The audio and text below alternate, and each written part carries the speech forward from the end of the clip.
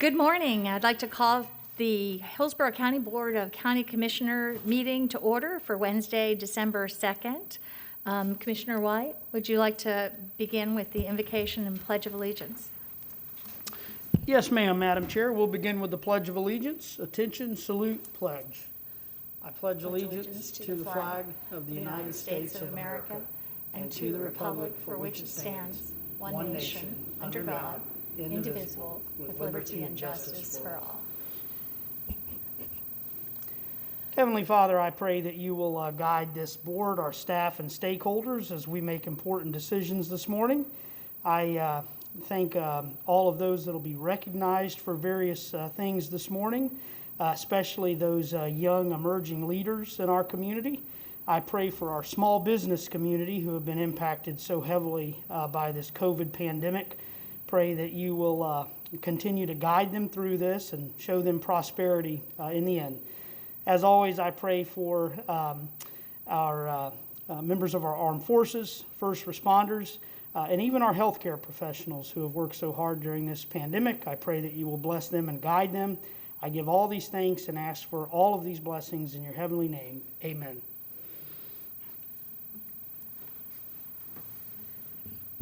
Thank you. I also need a little prayer for my first meeting chairing. You're going to do just fine, Madam Chair. Okay, thank you. So we'll start. You're on again, Commissioner White, with two proclamations this morning. Madam Chair, can we do a roll call, please? Thank you, I'm Madam. sorry. Yes, we will do a roll call. Go ahead, proceed. Kemp? Here. Cohen? Here. Myers? Here. White? Here. Hagan?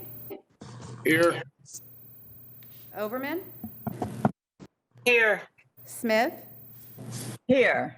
You have a quorum. Great. Great, thank you. And Commissioner White, if you would like to proceed. Thank you, Madam Chair. I believe I have some virtual guests with me. I'd like to see if Colonel Samuel Taylor, who is the JROTC District Resource Teacher and Director of Army Instruction, Senior Army Instructor Major Charles Organ, and Army Instructor Master Sergeant Tremaine Friesen are here. Are they? Can you see us, Commissioner? Well, thank you very much. And I can see that you are joined by some of your cadets, and I'd like to just introduce them. Cadet Captain Megan Kakamis, Cadet Command Sergeant Major Marlon Ricardo, Cadet Major Jade Roos, Cadet Lieutenant Colonel Andrew Butrego, Cadet Major Danielle Young, and Cadet Captain Jordan Maccabee. The board welcomes all of you. This presentation was originally scheduled for November 12th, but our meeting was canceled due to Tropical Storm Eta. This recognition is a highlight of my year, and it is important that we continue to proclaim November as JROTC month in Hillsborough County, even if it is done retroactively for reasons beyond our control. Before we present the recognitions to the cadets, please rise as the Alonzo High School JROTC Color Guard presents the colors in a special pre-recorded ceremony and remain standing for a performance of the national anthem by the Alonzo Choir. Colors,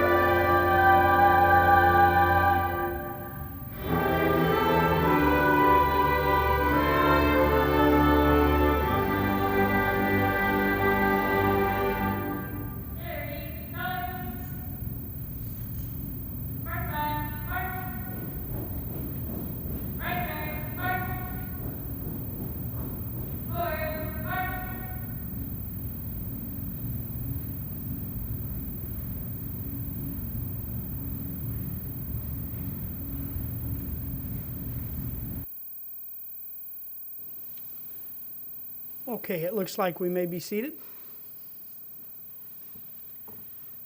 And I'd like to thank Alonzo High School for providing that patriotic ceremony. That's normally done live right here in the boardroom, and let me tell you, it is really quite an honor and a privilege to have them perform for us each year.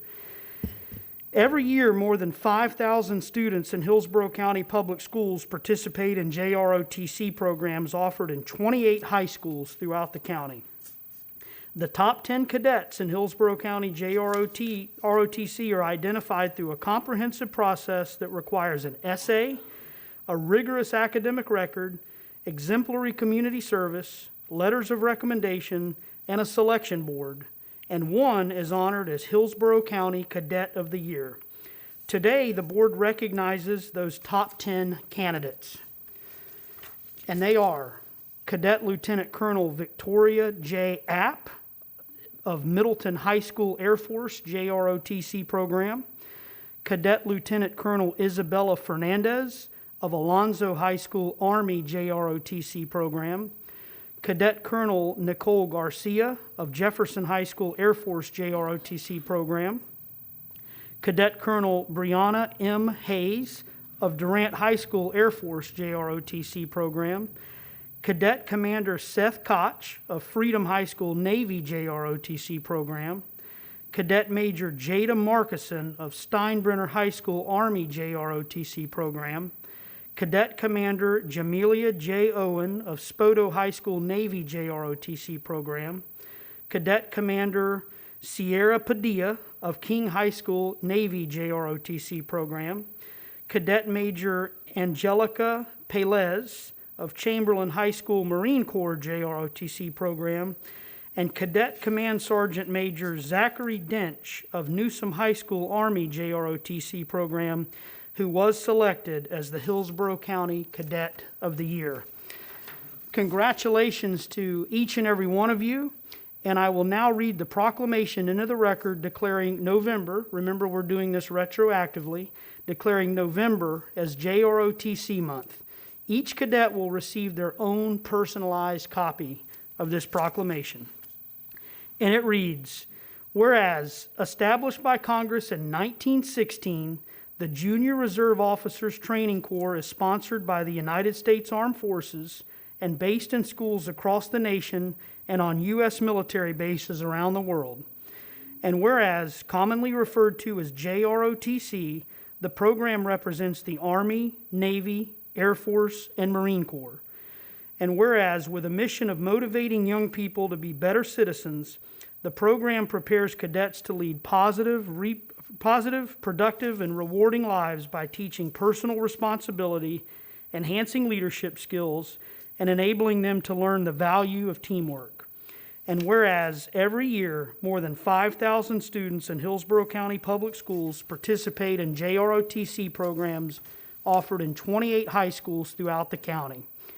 And whereas these programs receive strong support from the Hillsborough County School District, elected officials, and civic, business, and military organizations, encouragement that is essential to their continued success.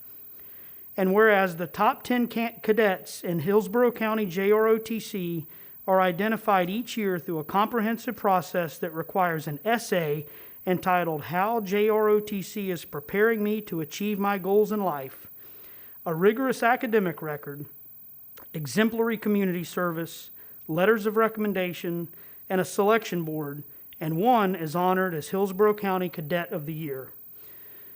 And whereas Hillsborough County salutes the JROTC programs of Alonzo High School, Chamberlain High School, Durant High School, Freedom High School, Jefferson High School, King High School, Middleton High School, Newsom High School, Spoto High School, and Steinbrenner High School, all of which achieved a top 10 cadet in the 2019-2020 academic year.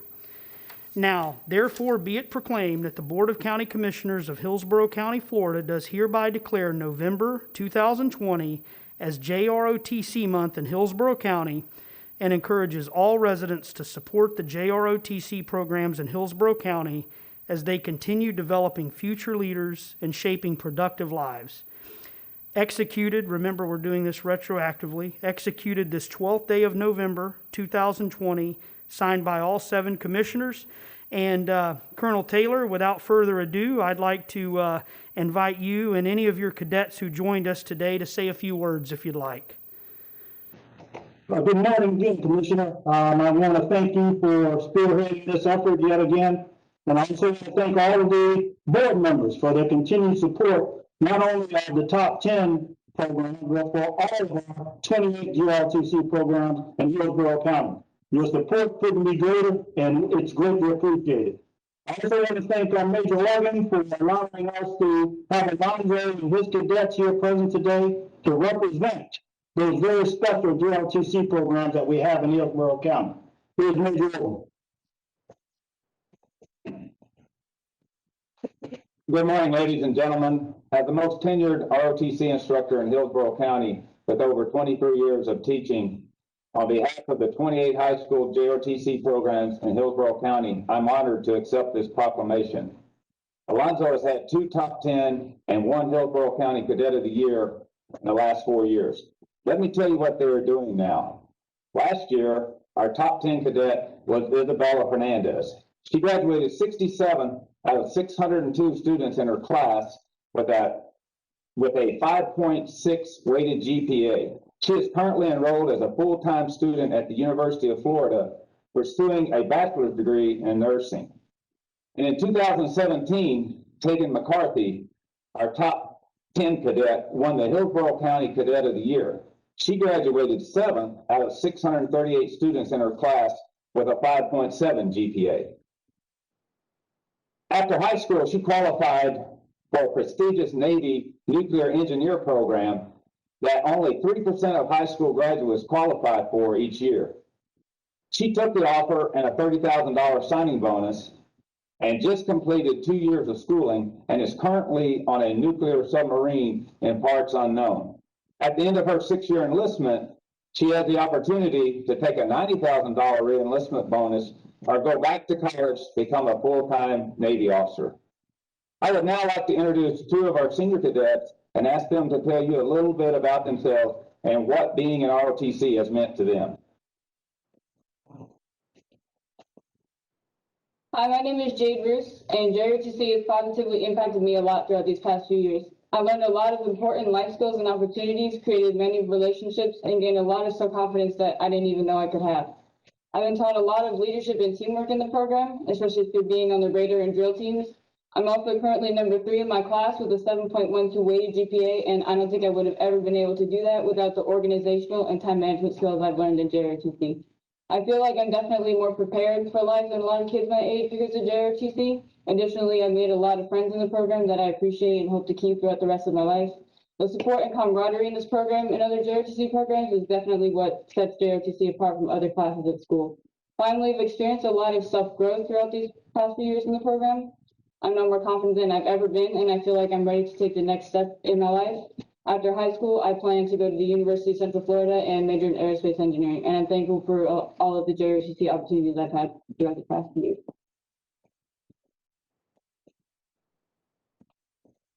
Hi, my name is Cadet Lieutenant Colonel Andrew Butrago, and JROTC has helped me in so many ways. It's helped me stay motivated, disciplined, and organized.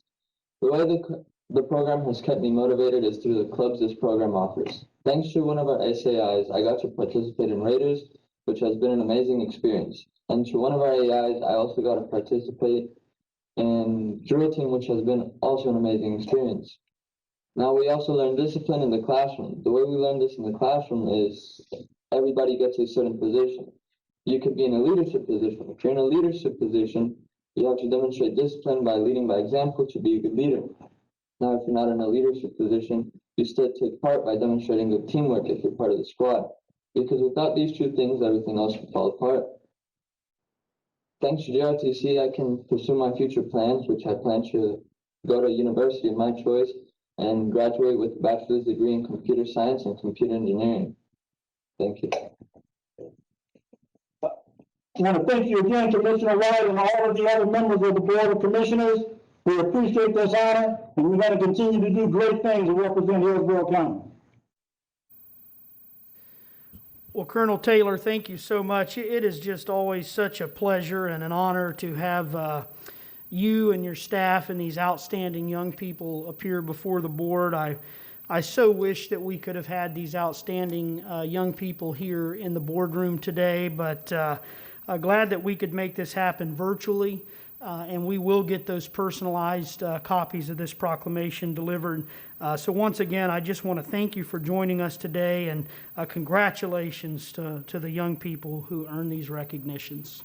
Yes, I'd just like to also say thank you, and we have some extraordinary cadets coming up, and especially impressed to see some of these women cadets really achieving so extraordinarily.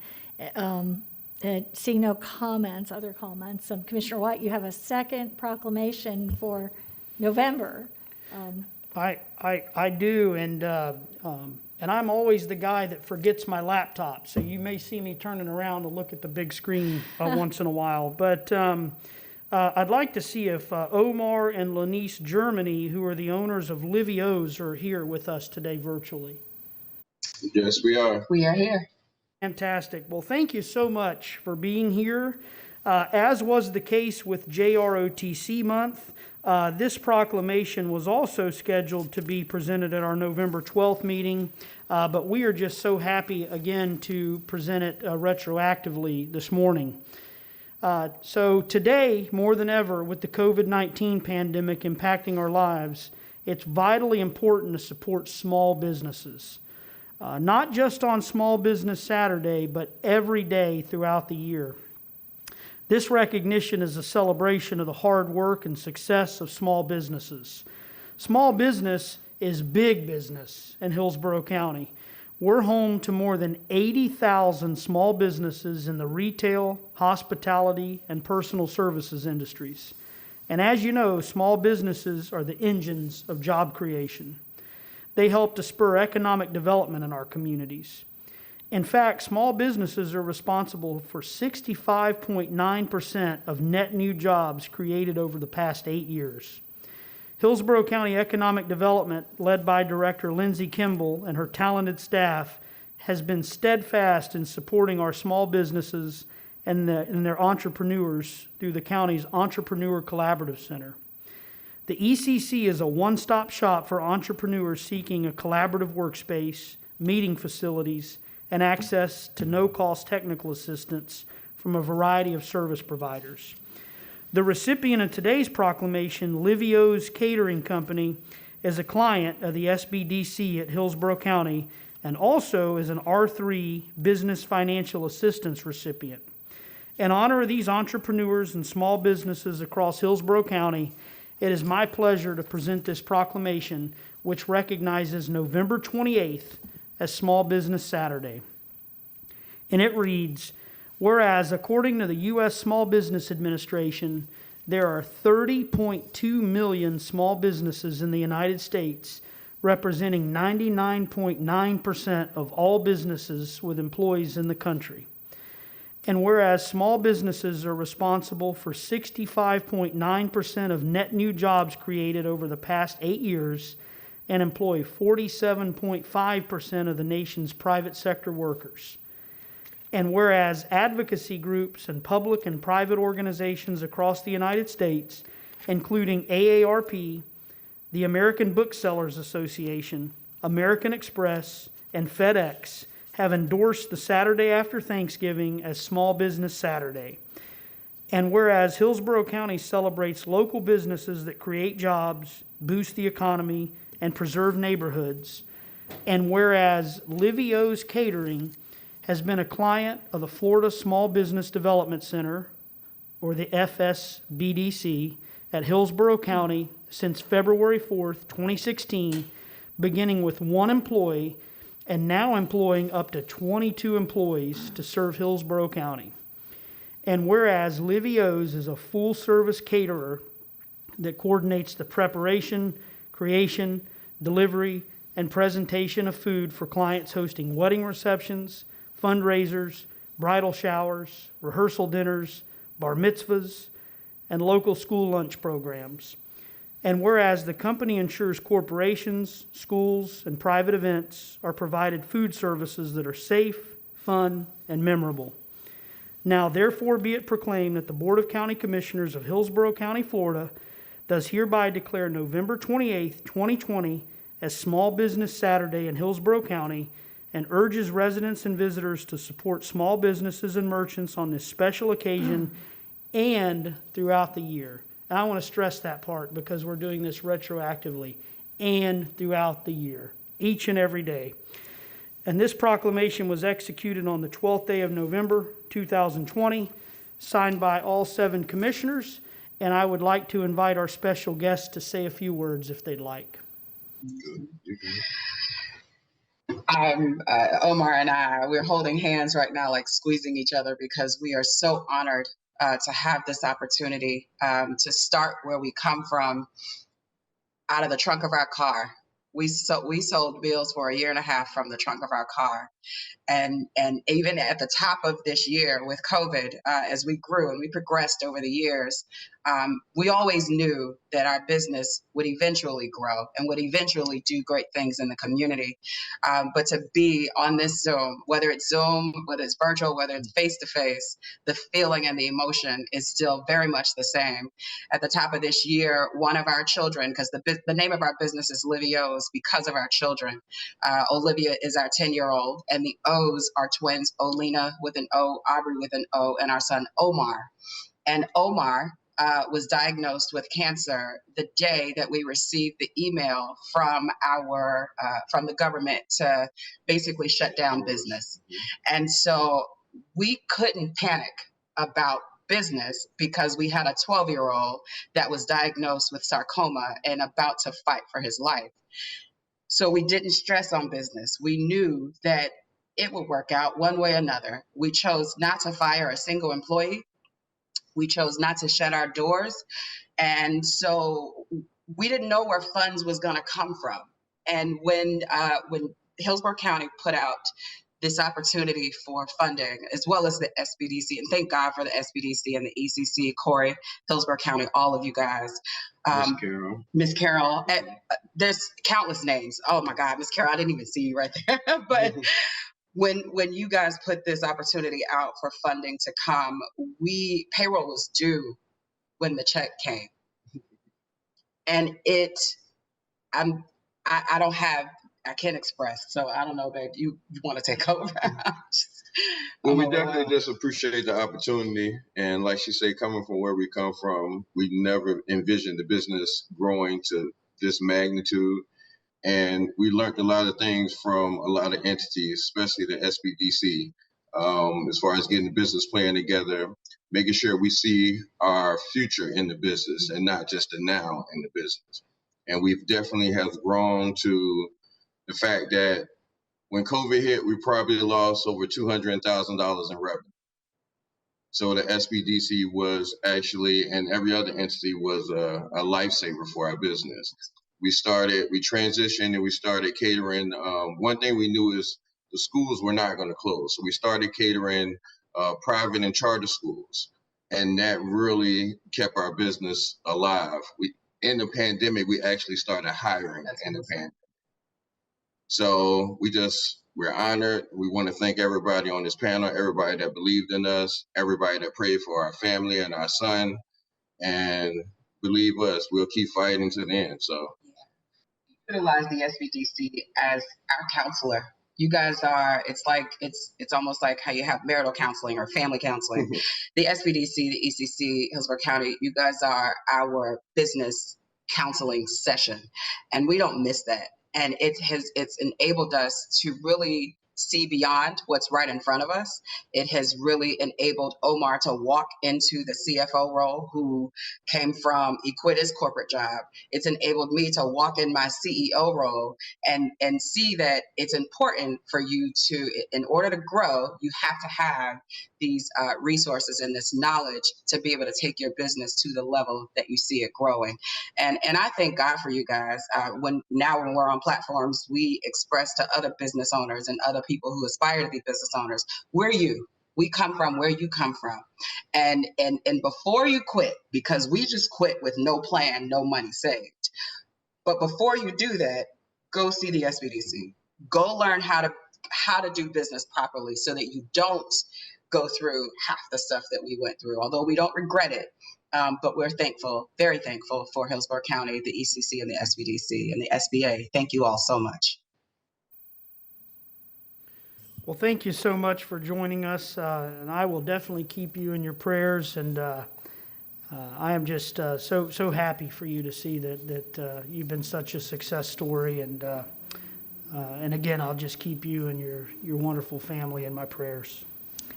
Oh, just to interrupt, one thing did happen. He actually beat cancer. Yeah, So he 2 did. weeks ago, we just got the final scans, and he is officially cancer-free. Amen. I'm so glad to hear that, and I'll offer my continued prayers. I see we have at least one commissioner. Commissioner Overman would like to make some comments. Commissioner Overman, you're recognized. Thank you, Chair. I appreciate that. And as a 22-year small business owner, before I got this opportunity, I can truly appreciate the resiliency of small businesses. And I've also been the beneficiary of Mr. and Mrs. Germany's business. I've gone to several events prior to COVID where they were the caterer, and they are excellent business owners, very, very talented, very resilient, and resourceful. And that's the key. Our small business owners, as Commissioner White, and thank you for bringing this forward, has illustrated, are our most resilient business owners. And with the work that you've done for the community through Livia's work, I'm glad to hear that your son is doing well and recovering and beating it. That's terrific news. But the key that you've brought forward is the resiliency, and how many of our small business owners have made the appropriate changes to be able to adjust to the protocols and the precautions that are needed to avoid our COVID mess that we have. But I just want to say thank you so much for having the courage to open a business and to hire 22 employees and to share the resources that Hillsborough County has available to help small businesses thrive through this time period. Well, you are our lifeblood of success in Hillsborough County, and I just thank you so much for taking that courageous move, and congratulations on the proclamation today. I'll stop there. Thank you, Commissioner Overman. I would also just like to say what a compelling and wonderful story. Thank you for sharing so much about how you got started and about the family issues, your son's cancer. It just breaks my heart to see the small businesses in Hillsborough County and across the nation, how they're being ravaged by COVID. And you already had a steep climb. I will tell you that, as Commissioner White said, not only Small Business Saturday in November, but I'd say 365 days a year. I know I always look for the local and small business alternative when I do any kind of shopping, if I possibly can. Tanner Paint Store on Armenia Avenue, all right. I always just love to go to those places, and they're really the heart and soul, I think, of so much of our community, and precious.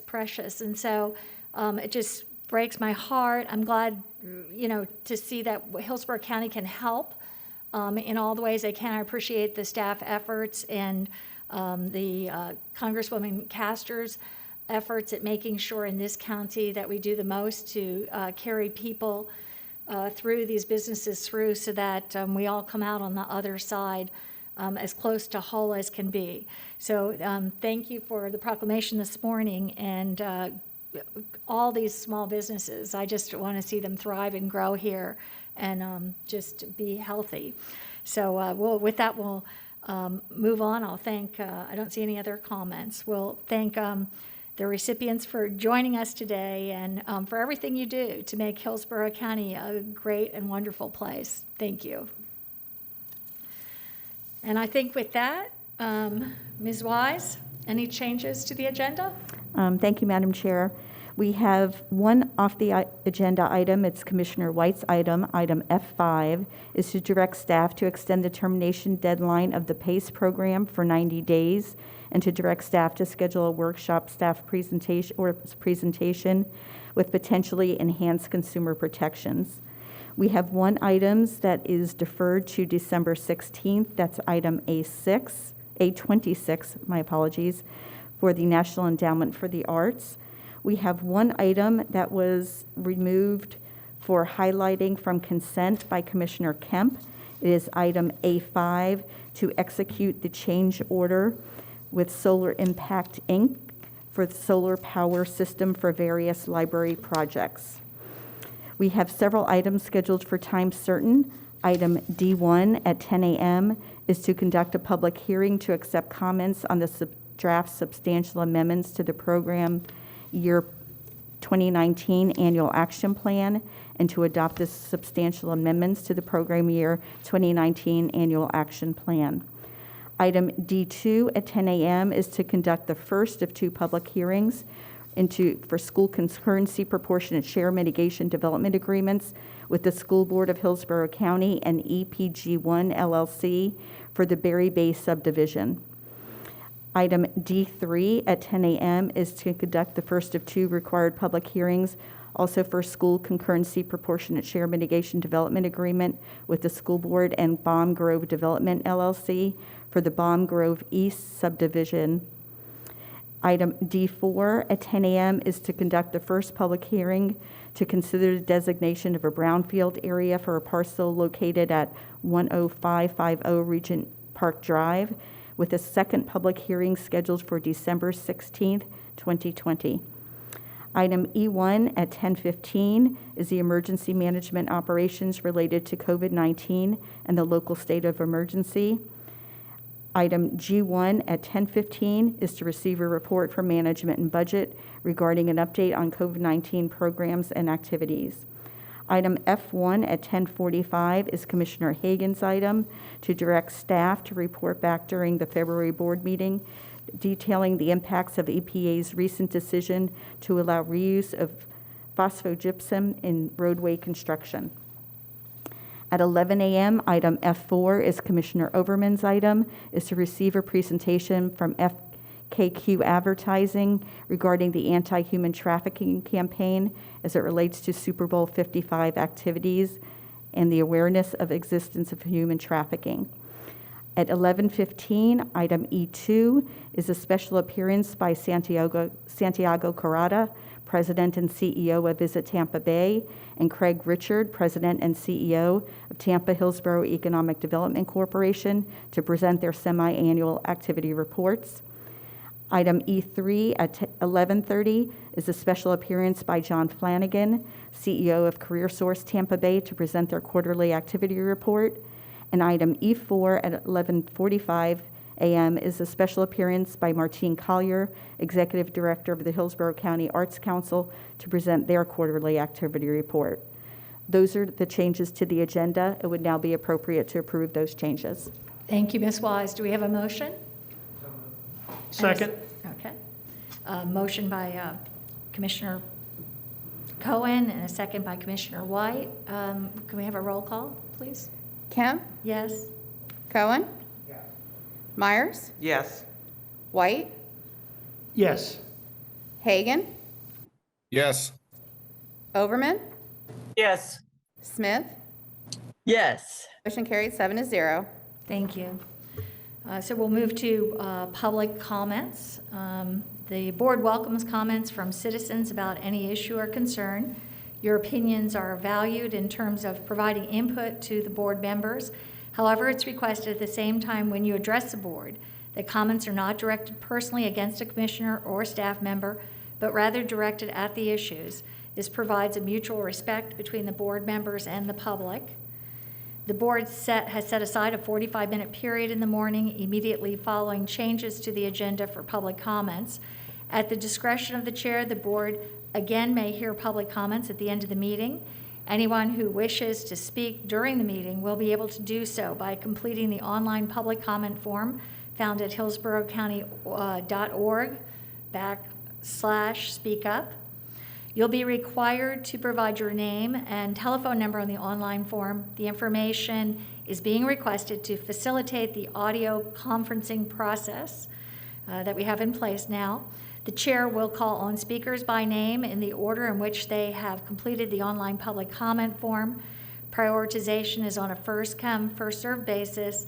An audio call-in number will be provided to participants that have completed the form after it's received by the county.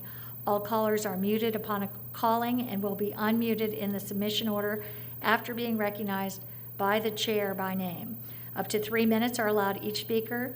Citizens scheduling or speaking on scheduled issues will be heard before citizens speaking on non-scheduled issues. When addressing the board, please state your name and speak clearly. So we have a number of speakers here. Some are for the public hearings later, but the speakers generally, I'll call first on Frederick Pierce. Do we have Mr. Pierce on? Yes, I am here. Thank you. My name, and I reside at 18919 Fairwood Court in New Tampa. And I am wish to address the board regarding the proposed Brownfield designation for Pebble Creek Golf Course. As a resident, I attended the November 30, 2020 informational meeting regarding the Brownfield designation of the golf course and heard no compelling evidence that the current contamination is widespread or imminent as an environmental. Oh, I'm sorry. I just wanted to, we're having a public hearing on that to follow on that specific issue. I don't know if the attorney, I just thought it would be better to include you on that public hearing if possible. Yes, if you're available for 10 o'clock, that's when the D4 public hearing will be held concerning the Brownfield. And if that would probably be most appropriate, yes, Commissioner. Mr. Pierce, is that all right to move you to the public hearing that comes shortly after this? Yes, absolutely. I misunderstood. Thank you. Yes, thank you, thank you. The next participant, Jim Janeko. Yes, hi, good morning, everyone. Good morning, commissioners. Congratulations to those of you on your election and re-election. My name is Jim Janeko. I live at 1404 South Bay Villa Place, apartment number 5, Tampa, Florida 33629. I'm with the Florida Gulf Coast Building and Construction Trades Council. We represent thousands of hardworking women and men in Hillsborough County in the building and construction trades crafts. We build the buildings and schools and hospitals and roads and water and sewer pipes and treatment plants. And I'd like to speak in favor of item F2 that Commissioner Kemp is introducing that would require the use of state-registered apprentices on certain county-funded construction projects. In the industry here in Hillsborough County and across the country, we recognize that there is a drastic shortage of skilled trade crafts workers and an aging workforce. And these are very important jobs and dangerous jobs that can't be just performed by anyone. It takes years of classroom study as well as on-the-job training. Each of the crafts that we represent is registered to the Department of Education in the state of Florida and the Department of Labor. Apprentices who go through our state-registered apprentice programs perform a minimum of 2,000 hours of on-the-job training and 400 hours of classroom academic hours. So there is a classroom component as well as an on-the-job training component. And these are generally 4-year programs because it takes that long to learn how to do the job the right way and safely. So by creating an apprenticeship ordinance here in Hillsborough County requiring the use of state-registered apprentices, Hillsborough County will be investing in the next generation of skilled workers who are going to do the job right and do it safely and be able to earn a really good living with health care and a pension and be able to provide for their families and have a good retirement when it comes time for them to retire with dignity. So Hillsborough County will be doing the right thing by investing in our next generation of workers, keeping that money right here locally with our residents. And it's, I just want to thank the commissioner and speak strongly in support of item F2, creating this ordinance that would require the use of state registered apprentices. And I just want to point out, it's important that the apprentices be registered to an apprenticeship that is registered with the Department of Education, with the Department of Labor in the state of Florida, because you can have... Your 3 minutes are up, but we very much appreciate your comments. Thank you. We'll go next to Kenneth Williams.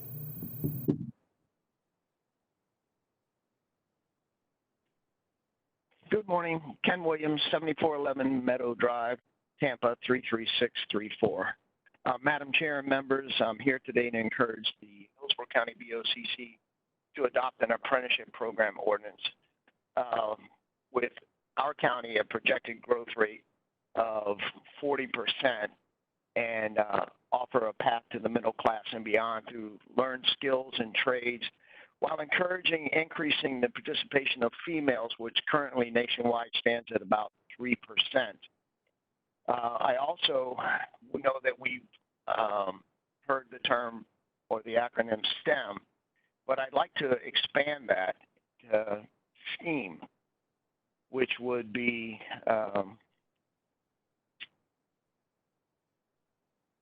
science, technology, engineering, apprenticeships, and math. And I think that we can do that and adopt it and have it as our own. Also, I'm encouraging that we improve our county's equity profile, especially with the Super Bowl being hosted in our county in the Bay Area, and it's on us. So I think our county can do better to be built local, by locals, for locals, and a homegrown county. So I encourage the board of the BOCC to adopt this ordinance, but also as a 35-year UPS driver, I know what goes on in our neighborhoods, meaning I knock on people's doors and see them struggling as dad comes in from the day shift and mom goes out for the night shift. And if everyone has looked at the ALICE report, which is asset limited, income constrained, but employed, the working poor, we know that we're in danger here in Florida. So I think that by adoption of this, we can promote people to invest in their own communities, and I encourage you to do so. Thank you for your time. Thank you so much. Gerald White. Good morning, Commissioners. Gerald White, Hillsborough County Community Activist. Happy holidays. I'm here to speak on Agenda Item F2 and Agenda Item F3, the Hillsborough County Apprenticeship Program. This truly is a long time coming here in the county, a government-sponsored apprenticeship program in our community with the millions of citizens that we have. I'm really excited because this would truly benefit the African-American youngsters in Hillsborough County, all of the citizens in Hillsborough County, a strong apprenticeship program that's backed by the Board of County Commissioners of Hillsborough County. I just want to urge a unanimous vote on this apprenticeship program. It just would be just spectacular to give young folks a trade, electrical trade, mechanical trade, plumbing trade, carpentry, you just name it. I can't think of no better way to invest in the future but giving young folks an opportunity to learn a trade. There's tremendous monies to be made once you finish your apprenticeship program. And so I just urge the commissioners to adopt this with a unanimous vote. On top of that, you know, some of the licenses that the county issue could tie into apprenticeship and journeymanship jobs in the county. when they consolidated some of the licenses between the county and the city of Tampa, a lot of the licenses was eliminated. Need to look at that as well and bring back some of the license programs along with the school and state and college training to have a combination of a whole. And I think that'll benefit the corporations that'll be hiring these apprentices as well. So I strongly support this. I think you guys ending the year on a very positive note with an apprenticeship program. And I just encourage a unanimous vote and happy holidays. And thank you for hearing my comments. Thank you so much, Mr. White. Then we have Susan Glickman. Yes, good morning, commissioners. How are you? Can you hear me? Just fine. Very good. My name is Susan Glickman. I'm the Florida Director of Southern Alliance for Clean Energy, and I have worked on climate and energy issues for the last 2 decades. In 2010, I was involved in the passage of Property as Clean Energy, known as PACE, at the state level, where obviously the Florida legislature passed a law allowing local governments to create these PACE programs. The point of PACE is to finance improvements like energy efficiency, renewables, wind resistance improvements, rooftop solar, doors, windows, heating systems. We have to talk about heating on a cold day like today, but air conditioning and heating systems. And I can't emphasize strongly enough the need for these improvements is sort of greater than ever between the impacts of climate change and also the need for families and businesses to reduce their power bills. So I've said for years and years, financing is really the secret sauce for a transition to clean energy, with the cost of solar dropping, and efficiency is the fastest and cheapest way to meet our energy needs. I'm here to encourage you to vote to have a workshop on PACE and look at important consumer protections. I'm on the board of the Solar Energy Loan Fund, and I commend the board for having the wisdom to offer self-financing for your community. But there are a number of differences with self and PACE. But to start, self doesn't offer commercial financing for commercial projects. So PACE, with the proper consumer protections, can really fill a very important need. And I would encourage you, from the beginning of the PACE programs, I've been pressing for consumer protections, and we need to do that. Like everything else in life, the details matters. So the improvements that are financed with PACE must be done with eyes wide open. The property owners need to get fair prices and understand how the assessment works. But what I'm asking you is to not throw the baby out with the bathwater. Let's add these consumer protections so Hillsborough County families and businesses don't lose out on an important financing opportunity. There's somewhere, I saw conflicting information online about how many communities are offering PACE, but I know it's 60 to 200 cities and counties, Broward County, Palm Beach County, Miami-Dade County. So what I'd like to do is to hold up St. Lucie County as an example of a community who passed model consumer protections. And I can, Commissioner Kemp, I sent this to your office. I can send them to all the offices. Without these protections, PACE loans might be issued without a review of the buyer's, sort of full financial picture like you would do with other kinds of loans, because technically it's... Thank you, Ms. Glickman. Your time is up, but thank you so much. And do we have any, that's my end of the list. Is there anyone else? Okay, just wanted to. Fine, ma'am. Yes? No, ma'am. Thank you so much. Thanks. Thank you to everyone who has joined us this morning and called to express their concerns. We're going to move now to the consent agenda, and I did pull myself one of the items for highlighting, and that's A5. And I just have to say, I couldn't just let it go by on consent. I'm just too proud of our county for the work we've done in this area.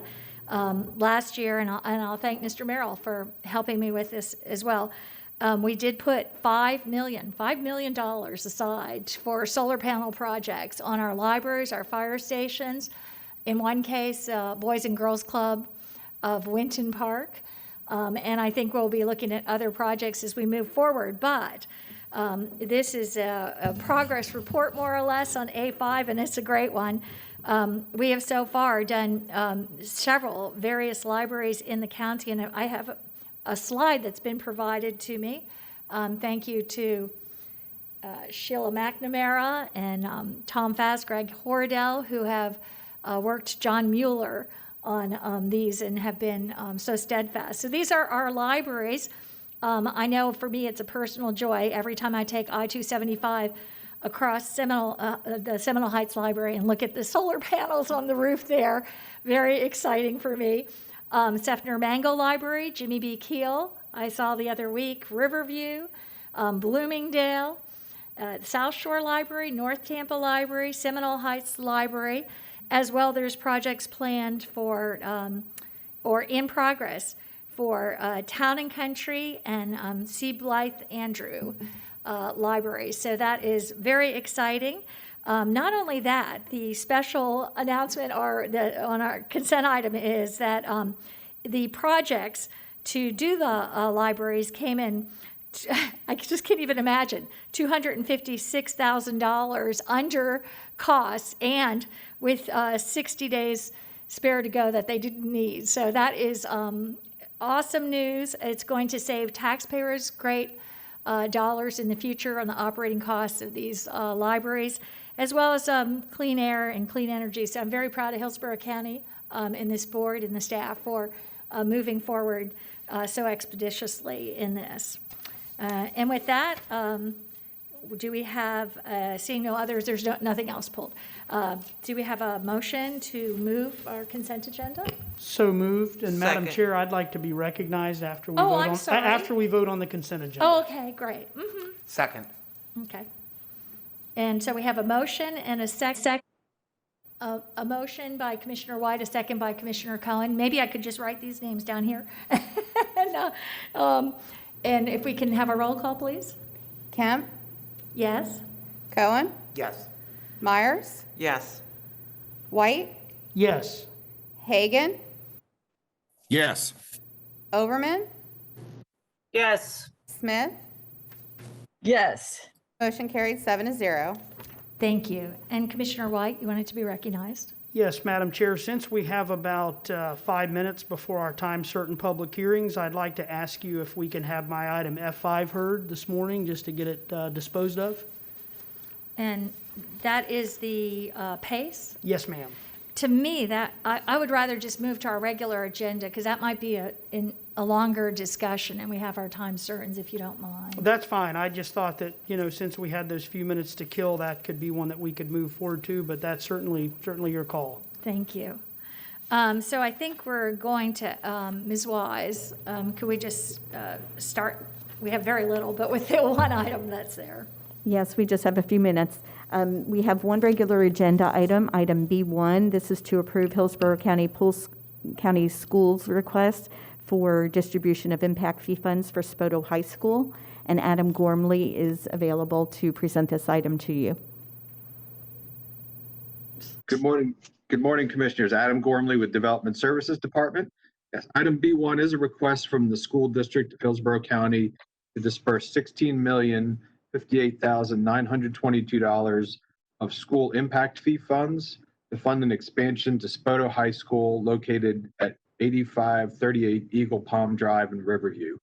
The requested funds are funds that are collected from new development and are limited to funding only expansion to school system. I'm available for any questions. Okay, and we have a motion to move it? Second. Second, so a motion to move by Commissioner White, seconded by Commissioner Cohen. Can we do a roll call vote, please? Kemp, Yes? Cohen, Myers, Yes. White, Yes. Hagan, Yes. Overman, Yes. Smith. Yes. Motion carried 7-0. Thank you. So we have just a couple of minutes prior to our scheduled public hearings. And now I just, this is that fill time, I suppose. Maybe Mr. Gormley could have read that item a little slower. But at any rate, I would like to let everybody know that we are doing this a hybrid. It's a technically very difficult. And thank you, Mr. Brewer, and to our IT staff who've done an excellent job of putting this situation together. I understand it's very complicated to do both. More complicated to do the hybrid situation where some are at home and some are here at County Center. In our land use meetings, we even have another set up at Saunders Library, and it's been a technical challenge, and I'm proud of our staff for the great job that they have done providing this hybrid situation. It went very smoothly this morning with public comment as well. And I also want to do a special thank you for our staff, Greg Hordell and John Mueller, for just working so hard, and probably Chief Ross, to provide all the safety that we have provided here, all the measures that we've taken to protect us and keep us safe. We are a mask-required county center, and will continue to be as we protect staff and the people present in this building. But it's been a heroic job, I think, by everyone, and I want to thank everyone for moving this forward and keeping us safe, because we've been remarkably safe. And we even had, I'll tell you, rapid COVID testing. I had my first COVID test this morning out here in the parking garage before I came. 15 minutes later, got a negative, and that was an easy and good experience. So thank you very much. Thank you, Commissioner Kemp. There's a lot of staff, as you mentioned, that work very hard for not only this building, for all of our buildings, whether it's libraries or parks and all of our facilities. So thank you to all the staff that makes that happen. Thank you. I'm glad you gave the bigger thank you also. There's not enough recognition to go around. So it's been a very great effort. And with that, we have arrived at our first public hearing time. And I will call on Ms. Wise. Yes, thank you, Madam Chair. Our first public hearing is item D1. This is to conduct a public hearing to accept the comments on the draft substantial amendment to Program Year 2019 Annual Action Plan. Cheryl Howell is on the line for this item. Ms. Howell? Good morning, Commissioners. Good morning, Commissioners. Cheryl Howell, Affordable Housing Director. We're here, to conduct a public hearing to accept comments on the draft substantial amendment to the Program Year 2019 Action Plan. The public comment period is from November 27, 2020 to December 2nd, 2020. And B, to close the public comment period that began on November 27, 2020 and adopt the substantial amendments to the Program Year 2019 Annual Action Plan. There's no fiscal impact related to setting the public comment review dates and scheduling the public hearing. Thank you. This is a public hearing. I don't believe that we have anyone who has signed up for this. Is that correct? None. I will close the public hearing at this time, and we will move on to our next item. Ms. Wise, D2? Actually, for D1, it would be a vote. Oh, I'm sorry. For D1, there is a vote. Okay. I move acceptance. We have a motion by Commissioner Myers. Commissioner Cohen. Seeing no further discussion, please give us a roll call. Thank you. Kemp? Yes. Cohen? Yes. Myers? Yes. White? Yes. Hagan? Yes. Overman? Yes. Smith? Yes. Motion carried 7-0. Thank you. So we will now move to D2, Ms. Wise. Item D2 is to conduct the first of two public hearings for the School Concurrency Proportionate Share Mitigation Agreement. Item D2 is, as I mentioned, the first of two public hearings. There is no action required at this time. Adam Gormley will present this item. Thank you. Thank you. Thank you, Commissioners. Adam Gormley, Development Services Department. Item D2 is the first of two public hearings to consider a school concurrency proportionate share mitigation development agreement amongst the School Board of Hillsborough County, and EPG1 LLC. The purpose of this agreement is to provide a contribution in the amount of $5,017,117 for a 663 unit subdivision, the Berry Bay subdivision, to construct 128 elementary school student stations and 58 middle school student stations to accommodate the impacts of this development. The school capacity will be constructed at middle K through 8 school UU in the Waterset development. The second public hearing is scheduled to be held on December 16th, 2020 at 10 a.m. and available for any questions. Thank you. This is a public hearing. We don't have any individuals signed up to speak, do we? For D2. Oh, okay, thank you. So if we, for D2, I don't, okay, I'm sorry. Kevin Beal, is that? Yes. Good morning, Commissioners. Kevin Reale, 401 East Jackson Street. I'm just signed up to speak today to answer any questions the board might have and have no presentation planned. Thank you. Is there anyone else? That's it. Okay.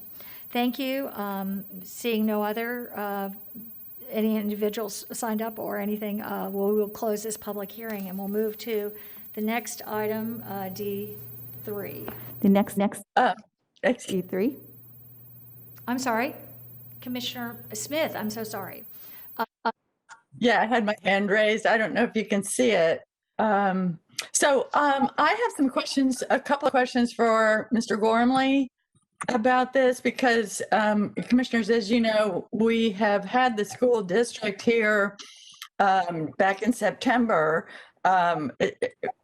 warning us that we are in crisis with school siting in South County because what they said is we have, the county has approved too much development in South County ahead of having school capacity. And they were threatening that we would be going into, double sessions and portables in South County if we didn't address this. So I think I just want to answer some questions and make sure this is working as intended as we go through some of these prop share agreements. This one, Berry Bay development, Commissioners, you'll remember that's in the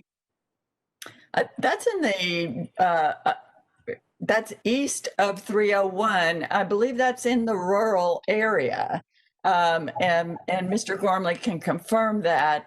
But as I recall, they were offered, part of their rezoning was offering an internal school site on 301, which some of us Commissioners had issues with at that time, but it got approved anyway. Because that school site seemed very poorly planned. Still, that was the deal at the zoning. So what does this prop share that they're paying now, what does that buy and what happens to the site that we approved at the zoning? I understand reading this prop share agreement that the dollars are buying seats in Waterset. Now, if you're familiar with South County, Waterset is much closer to 41. And as I said, this Berry Bay development is east of 301. So that would be a long distance for elementary and middle school children to be driven. And the idea seems to be that these prop share dollars will buy seats in the school in Waterset that is being built. And then the school district will figure out where to put these children and possibly move the boundaries. So these kids will displace children in the schools that'll get pushed further and further into filling those seats in Waterset. But So, I just wonder, how is this really going to work? What seats are we buying? Where will the kids go to school? And what happens to that internal site on 301 that was dedicated as a school site in this rezoning? Yes. Commissioner, the contribution contemplated by the agreement is to build 128 elementary school student stations and 58 middle school student stations at the planned school in Waterset. The school site that is reserved within the zoning has not gone through any siting process, and the school district has not initiated any siting on that. So at this point in time, it is a land area held for a potential school site should one choose to be placed there, but there is no active or current siting process for that particular site. Regarding where the students will go to school, the school board has indicated that construction of the middle school UU and Waterset, the K through 8 school at UU, will accommodate the impacts of this development. There is not detail provided on how they may or may not plan on moving students from one school to the other, although in prior presentations from the school district, understand that that is something that they potentially do consider when creating new schools and taking prop share contributions. Thank you. So when the Board of County Commissioners approved the zoning in Berry Bay with that school site as an explanation for how the impacts on the school system would be mitigated, it's not at all guaranteed that that would end up being a school. And in fact, if it's not, then the developer can go ahead and put houses on it instead, and the school district will work something else out. It's all, I wanted to kind of walk through it so that everyone could understand the nature of what these decisions are, how these decisions are being made, and how we end up in crisis with warnings about school crowding in South County and some of the things to be cautious about as we move forward. So thank you. Thank you. Thank you, Commissioner Smith. And with that, Ms. Wise, we'll move to the next item. Thank you. The next item is item D3, which is to conduct the first of 2 public hearings also for school concurrency proportionate share mitigation agreement with Balm Grove Development. Adam Gormley will present this item as well. Thank you. Commissioners, Adam Gormley, Development Services Department. Item D3 is a school concurrency proportionate share mitigation development agreement amongst the School Board of Hillsborough County, and Balm Grove Development, LLC. The purpose of this agreement is to provide for a contribution in the amount of $864,514 to accommodate 69 elementary school student stations and 31 middle school student stations for the Balm Grove East subdivision. Will consist of 356 single-family units. The second public hearing on this item will be scheduled to be held on December 16th, 2020 at 10 a.m. And I'll just note for the record that this is the first public hearing for this development agreement. Due to statutory requirements, the second public hearing has to be announced at the date of the first hearing, and the announced second public hearing for this agreement was to have been the November BOCC meeting, which was rescheduled due to Tropical Storm Ada. So I'll just note that in case there's any confusion about the timing of this, that is the reason that this is starting again with a new first public hearing. And with that, I'm available for any questions. Thank you. This is a public hearing. We have one individual signed up to speak, Mr. Reale. Morning, Commissioners. Again, Kevin Reale, 401 East Jackson Street, Tampa, Florida. Again, no presentation scheduled for today. Happy to answer any questions.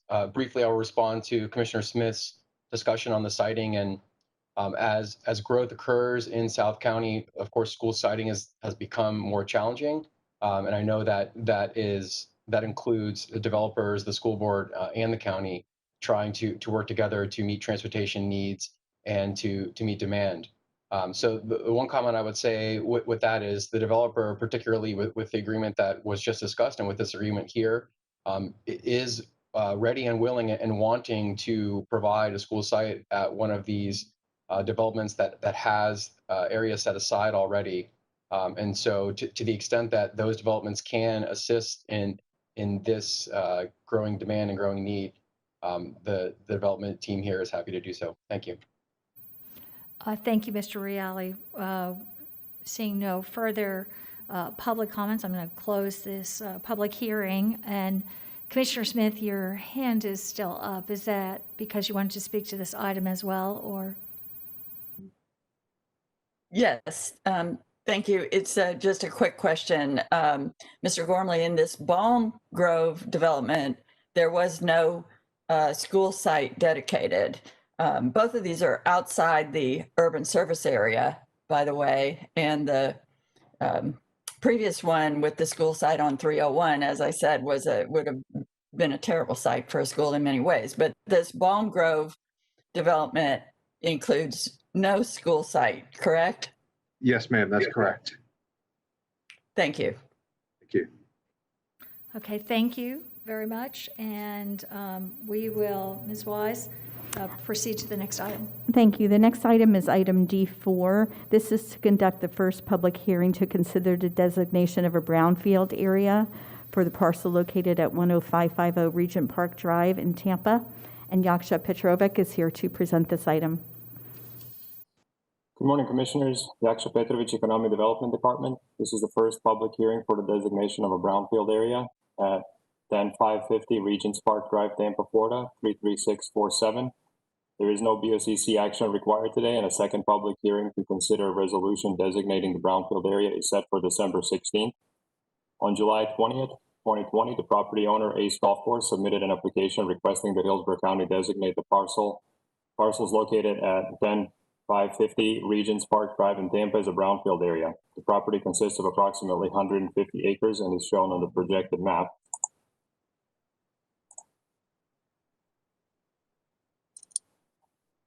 Brownfield areas are real property, the expansion, redevelopment, or reuse of which may be complicated by actual or perceived environmental contamination. The property is currently a semi-private golf course. The applicant plans to sell the property for redevelopment of single-family homes. The designation provides certain potential benefits to the developer associated with the cleanup of the site. There is no financial impact to the county associated with the designation. An advertised community meeting on this designation was held at Public Lake Creek Golf Course Banquet Room at 10550 Regents Park Drive, Tampa, Florida, 33647 on November 30th. By my count, there was over 40 residents in attendance, and a number of them provided comments. The transcript has been ordered and will be included with the agenda packet for the next BOCC meeting. I, along with applicants' representatives, are available to answer any questions you may have. Thank you. This is a public hearing. We have 10 individuals that have signed up to speak.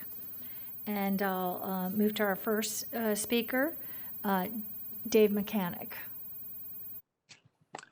Yes, good morning, Madam Chairman and Commissioners. My name is David Mechanic, 305 South Boulevard, Tampa, Florida, and I am here on behalf of the applicant Ace Golf.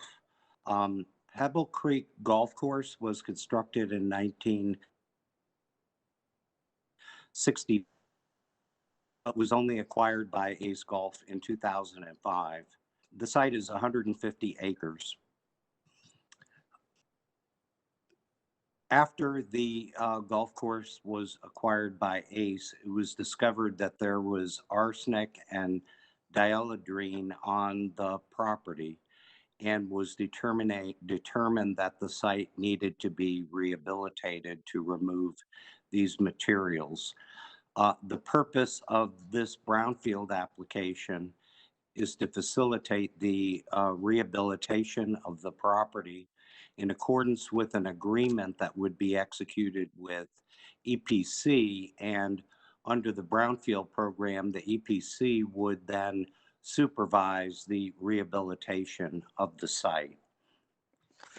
There are a number of factors in the statute which we must demonstrate in order for the brownfield designation to be approved. The initial factor is that ACE has committed to enter into a site rehabilitation agreement with the EPC, and we have made that commitment as part of our application. The second factor under the statute is that the rehabilitation and redevelopment will result in economic productivity in the area. The plans that are contemplated are estimated to represent approximately $85 million investment. The redevelopment will create conservation areas, recreation areas, and parks that would be available for public use. It is anticipated that the redevelopment would preserve a majority of the vegetation that exists on the property today. You have the benefit of the fact that the fairways on the golf course obviously are already cleared and essentially available for development without disturbing a lot of the existing vegetation and conservation areas on the property. There is low density development. Mr. Mechanic, sorry, your time is up, but thank you. I'm going to move to a speaker from the first, I hope he's still available, Mr. Pierce, Frederick Pierce.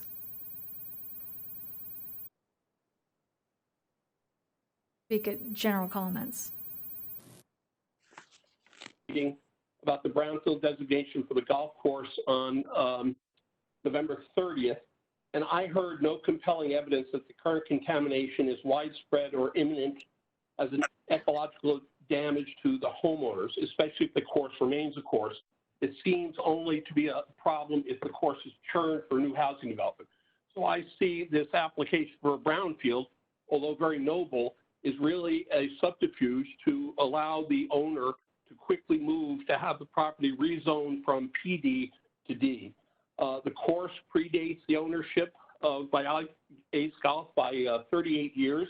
There are 1,500 homes that surround the area. And if you look at Exhibit A, which was just referenced, you'll see that the course is an oasis in a very tightly packed part of New Tampa. So for all these reasons and many others, and in the sake of time, I oppose the brownfield designation for Pebble Creek, and I wish that the course be designated as a historic Florida registry for which it qualifies. Thank you. Thank you. And that was Mr. Frederick Pierce, correct? Yes. Okay. We'll move to Mr. Travis Hearn. I believe Travis was on earlier, but I do not see him logged on. I'm here. Oh, okay. I'm here on the WebEx. Can you hear me? Yes, we can. Go ahead, sir. Okay, thanks, Commissioners. Yes, I also work for Mechanic Nuccio Hearn and Wester. My name is Travis Moore Hearn. I'm an attorney for the applicant Ace Golf. And I'm just going to quickly pick up where Dave Mechanic left off with the factors in the statute. So the third factor in the statute that the applicant is required to prove is that redevelopment of the site is consistent with the local comprehensive plan and is a permittable use under the local land development regulations. And at this time, the site is zoned as under the residential 4 category. And there's also been a study showing that there's remaining density there. We also have acquired a letter from the Planning Commission at the request of county staff stating that the proposed use of residential may be permitted in the Res 4 category. And also the current zoning of PD, which is plan development. Under the plan development planned development districts. All uses are potentially permitted under the county's Land Development Code, Section 2.02.02. The fourth factor is that notice has been provided pursuant to Section 1C of the Brownfield statute, and that the person proposing designation, which in our case is Ace Golf, has provided neighbors an opportunity to comment. And of course, all notices have been provided as required under the statute. The county staff has worked with the applicant to ensure that notices are provided correctly. And on Monday night, we held, as others have noted, Yaksha has noted, we held the community meeting and took input from the residents.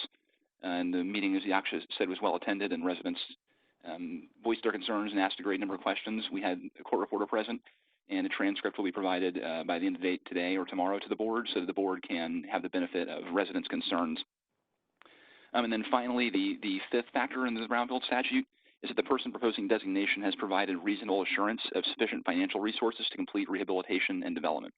And we also work with county staff to provide information regarding the applicant's financial ability to pay for the remediation and the site rehabilitation, including some bank statements of the applicant and other materials. And I just wanted briefly to respond to a previous commenter who has stated that there's no necessity for rehabilitation here. And the owner is also on the call and maybe speaking later, but the reality of this site is that the golf course won't be able to be there forever, and that rehabilitation will be required in order to reuse this property, which is exactly the kind of situation the Brownfield statute establishes. So unfortunately, leaving the property as is indefinitely won't be a feasible or viable way forward for this parcel. And that's all I have. Thank you very much.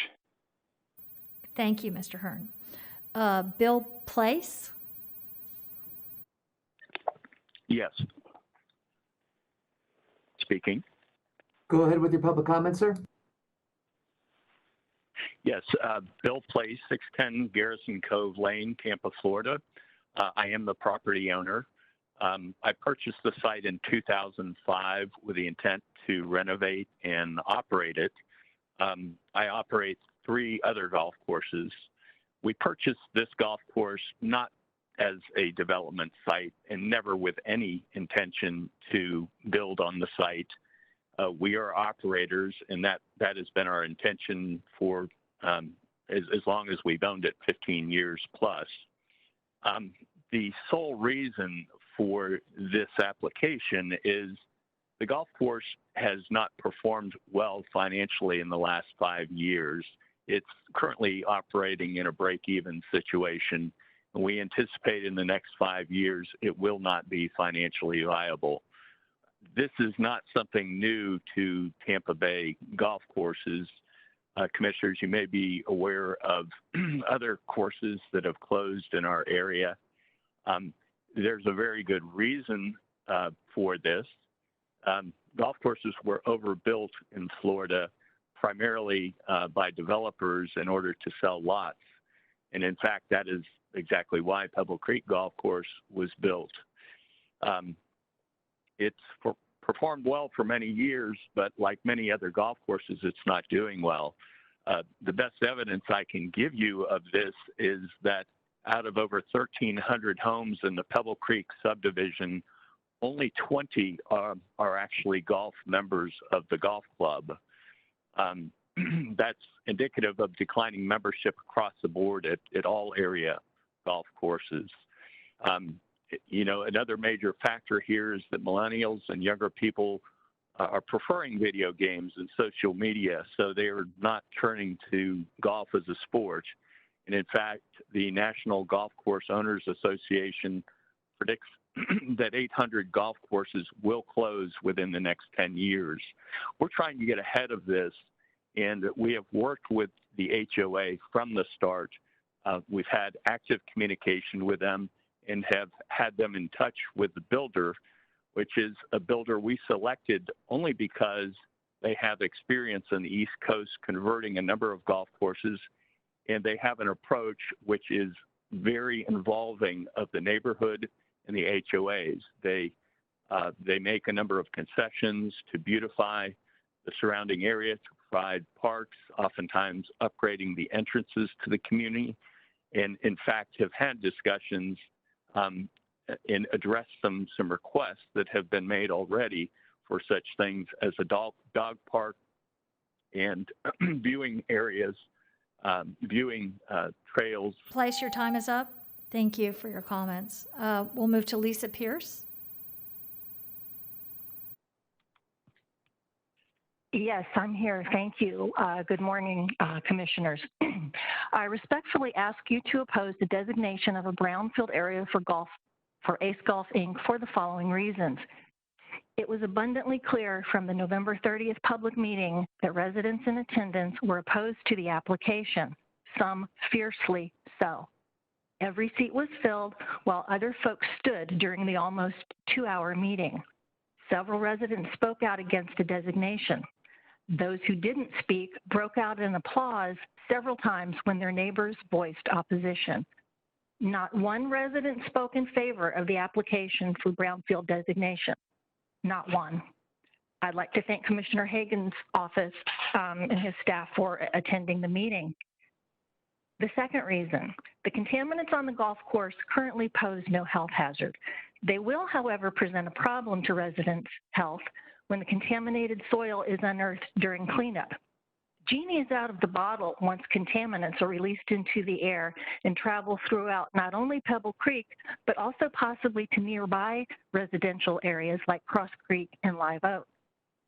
Even with Bill Place's planned remediation, studies show a brownfield designation can have a negative effect on residential property values near said site. Additional studies show that property values only partially rebound after remediation. As a businessman, Bill Place has every right to sell historic Pebble Creek Golf Club. However, as a 7-year resident who bought in Pebble Creek because of that golf course, I'm today exercising my right to vigorously oppose his application for brownfield designation. I oppose the application, and I ask you to do the same. Thank you for your time. Thank you. Juliana Karp. Yes, I'm sorry. Lisa Pierce, and that's P-E-A-R-C-E, 18919 Fairwood Court, Tampa, 33647. Thanks. Thank you. Go ahead, Ms. Pierce. This is Juliana Karp. Is it time for me? Yes, ma'am. Go ahead, Ms. Karp. Okay, thank you. Good morning. My name is Juliana Karp, and I reside at 9529 Norchester Circle in Pebble Creek in New Tampa. I have lived here for the past 22 years. I echo and am in agreement with the excellent comments of Fred Pierce and Lisa Pierce. I would add, the issue at hand right now is the designation of a brownfield area. This community was hard hit by the housing crisis of 2008. It still has not fully recovered. However, we continue to make progress here every day. A brownfield area designation next to our homes will decimate our property values. And in this community, where the scars are still visible from the previous housing crisis, we will not recover from the impact of a brownfield designation, particularly now as we navigate the uncertain economic future caused by COVID-19. So I implore you to please vote no to the brownfield area designation of Pebble Creek and give us a chance to continue our progress here and thrive as a community. Thank you. Thank you. Next, we have Scott Lakey. He did not call in this morning. Okay. After that. Yes. Can you hear me, Scott Lakey? Okay, yeah, sorry, Scott Lakey, 108 East Lambite Street. I'm the environmental consultant working on this project for Ace Golf. I just wanted to make a few comments, kind of just going last of a few of the things that people said. It seems to be a little bit misinformation about what the brownfield designation is providing here to the residents. This certainly isn't a situation where it allows a fast track for zoning or a backdoor or any of that nature. They declare the intended redevelopment, I believe, in the application itself, but this isn't any way to sidestep the normal zoning process. It only facilitates a pathway to clean up that has a few advantages to it, one of which is, as a consultant's lens looking through it, is it allows us to work with the cleanup through the Hillsborough County Environmental Protection Commission rather than the Southwest Ester DEP. as a matter of just experience working, the people in the county are very invested with work that betters the community. We want to keep this work internally. It only provides the advantageous route for the cleanup, the Brownfield program, that is. As far as concerns during the cleanup itself, whether the site gets acknowledged into the Brownfield program or not, cleanup is still something that's on the table and that can be done. Opposing this isn't slowing down or stopping the assessment of the remediation of the work. It provides us an opportunity to do it better in our eyes and quicker and more efficiently. Work, when we would conduct it, if there was working activities, they would be done in a way that's preventing dust from migrating to people's properties. We have dust monitoring standard, which actually can measure the amounts that are being done in air. We wet down the soils. We have all manners of precautions that help to protect people. It's the reason people like me got into this industry as an environmental professional. We want to protect human health and the public. And that doesn't only mean just the property occupants, but that means the area. So obviously I'm in favor of the Brownfield designation. I want to just remove a little bit of the misinformation of what this is providing. This just allows us the opportunity to do this in our eyes the best way possible. Thank you.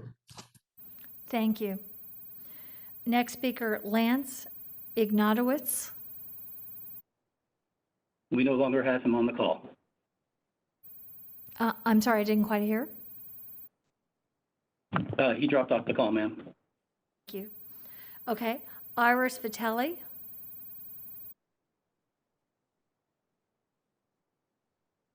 Doesn't look like we have her or Pamela Jo Hatley on the line either. Okay. Okay, we'll move then to Shane Billings.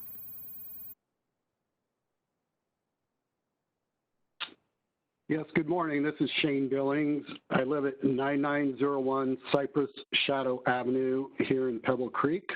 I've been a resident here since 1999. I've enjoyed playing golf numerous times at Pebble Creek. It's a beautiful course. Quickly, I just want to say that I am an environmental consultant. I've been in the industry here in Tampa since 1994. And I appreciate the fact that the county purchased our wastewater treatment plant. You did us all a big favor, and I know the community was very appreciative of that. So, personally, I know Bill is a businessman. He has a right to sell the property, obviously. What I would like to see is a park. Maybe Hillsborough County could explore the ELAP program and maybe purchase it for a park. My concerns are the traffic. I saw the display earlier. You're going to have traffic routed to the north and south sides of Regents Park Drive. We already have large backups at the south light that extend beyond the bank in the mornings. I can only imagine how big the backups are going to be with 300 new homes. As Scott Lakey had mentioned, Brownfield is not the only way to do the cleanup.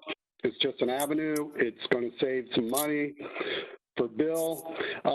Regardless, the cleanup's going to happen one way or another.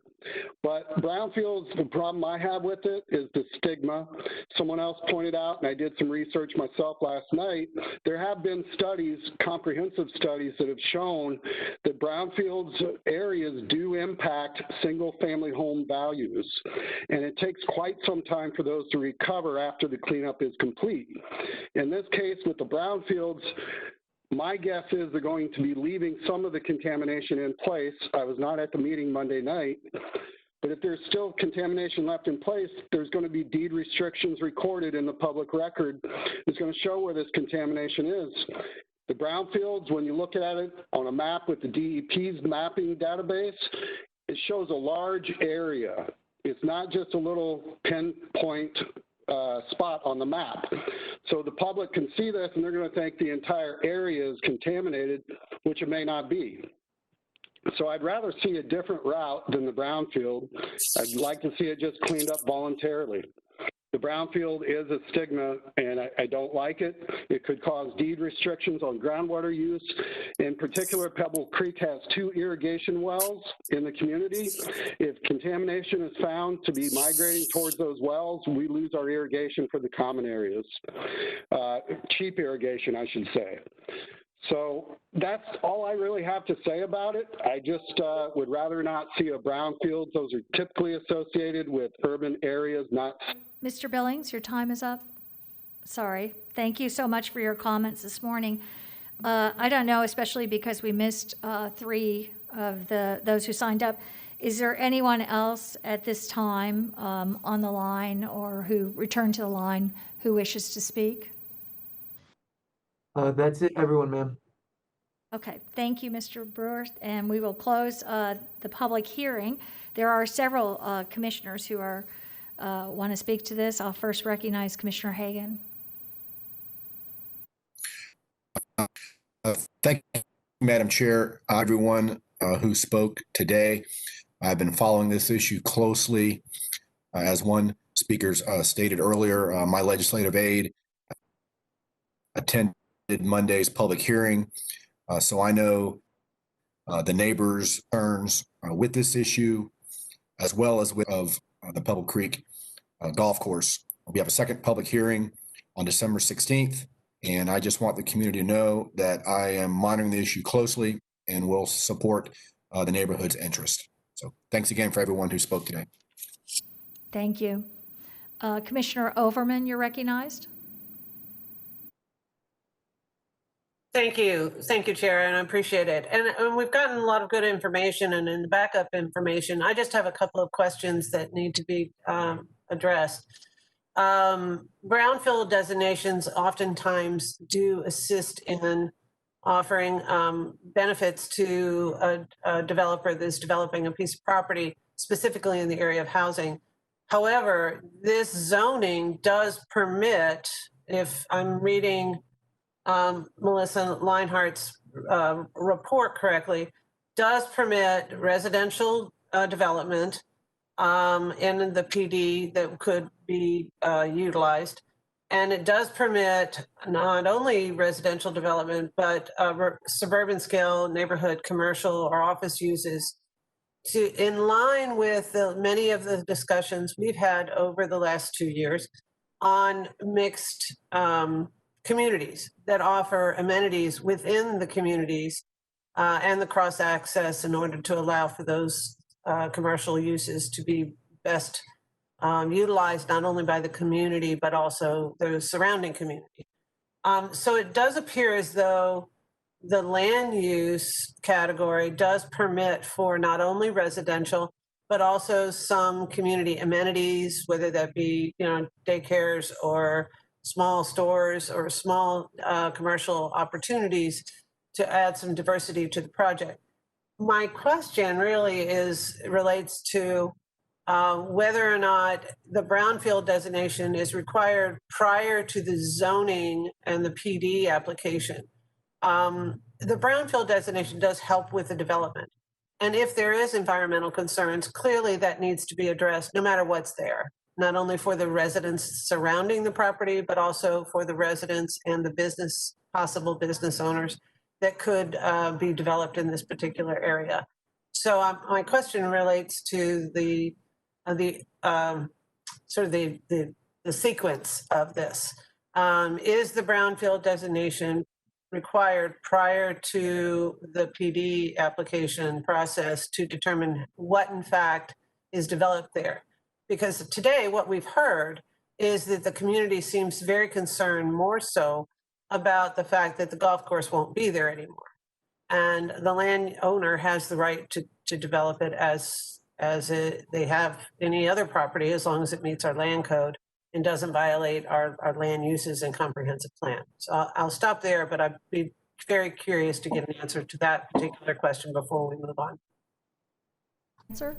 Yes, thank you, Madam Chair and Commissioner. The statute provides that the zoning issue that you referenced, that it needs to be permittable, not permitted. So therefore, there is no specific requirement for the sequencing. I think it's the law is simply silent on that, and so therefore the applicant can choose which they want to pursue first. Does that answer your question? It does, thank you. So I would suggest that you know, I don't know if the brownfield designation permits the next steps to occur. It doesn't sound like it is a prohibitive action.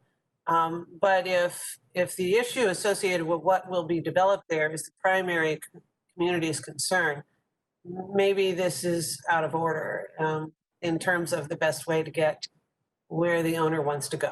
So I'll stop there. Thank you. Commissioner Smith, you're recognized. Thank all the citizens for who came to speak with us today, and to those that attended the community meeting Monday night. Over 40 residents showing up in these trying hybrid times with so many other concerns is a big showing. And the commissioners will be provided with all the public comment from that community meeting.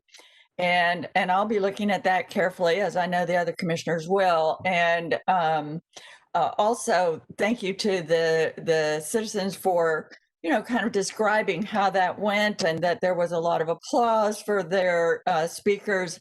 I know not everybody wants to, is comfortable being the speaker, but it's good to see that people are showing up and supporting those speakers who are speaking on their behalf. And so that is very much appreciated. I would encourage you to continue sending email to us with your concerns prior to the final hearing on the 16th. I certainly hear you. I understand your concerns about brownfield designations, public stigma. In fact, the public perception of pollution can be a criteria itself for designating brownfields in order to fix that public perception. I just want to today, I understand that our decision on this one step of the brownfield application needs to be made based on specific criteria for that specific decision. But since the applicants themselves have raised issues external to that criteria, and the applicants have commented today about their plans for the golf course and their other development options, I just want to take this opportunity to assure the residents, just as an aside from the issue, that I understand their concerns about the value of the golf course to their community, and the value of Pebble Creek running through the golf course and the concerns that you have about your property values. And I will continue listening and encourage you to continue being engaged and speaking up for your community. Thank you. Thank you. And seeing no other commissioners. Commissioner Kemp. Yes. Commissioner Myers. Oh, I'm sorry. I didn't see you on here. Okay. Thank you. I'll also like to thank the residents of Pebble Creek for reaching out to my office. I hear your concerns as well, but I also would like to have the opportunity to hear from the county's EPC on this issue as well, if possible. Not today, but at the next meeting on the 16th. Yes, Commissioner, understood. We will look into that for you. Okay, thank you. Great, thank you. Any other? Okay, we're all set here then. We will, Ms. Wise, move to the next item. All right, thank you. Our next item is the 1015 item. It's item E1 regarding emergency managed operations related to COVID-19 and the local state of emergency. And we have the first part of that speaker will be Tim Dudley, providing her. Good morning. All right. Everyone see the slides? Good morning, Madam Chair, Commissioners. We continue to see an uptick here in the community for testing as the demand increased throughout our community. So we've been asked to take a look at to see how we can increase capacity, something we discussed as we saw decreased demand after that summer surge, and we were prepared to move up capacity as needed. Right now, Raymond James is operating at 5 days a week. We've currently expanded that capacity to 1,500 a day. They still offer rapid antigen testing and PCR testing. Our Lee Davis site, they were operating at 3 days a week. We've added an additional day, so they're at four days a week right now with a capacity of 400, but they did about 500 this week as we've seen an increase in that. And we had the ability to add an additional day if we need to. They were only currently offering the PCR test, but we've worked with the state. We have teams on site today doing some training with the Lee Davis team, and we'll be able to offer rapid testing at the Lee Davis site as we close this week out. Our Brandon testing site location, that's been managed by some great partners, Suncoast Community Healthcare Center. They've been with us midsummer here.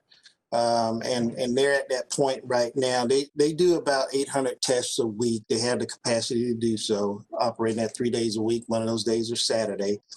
They're at the point now where they have to transition back to normal operations. They'll still provide COVID testing, but for registered patients also. And they're also going to be another great partner once we transition over to vaccine operations. So we'll see that site transition out this month as well. Knowing that they'll be transitioning out, the teams have put together 2 new temporary sites in the South and East Hillsborough County, 3 days a week, utilizing our mobile testing teams. These semi-fixed sites at the Big Bend Sports Complex in Riverview and the William Owen Sports Complex in Dover will support the surge testing demand and increase capacities up to 500 tests per day, giving us an additional 3,000 tests a week as we address this surge. And they'll be operating 3 days a week, Monday, Wednesdays, and Friday.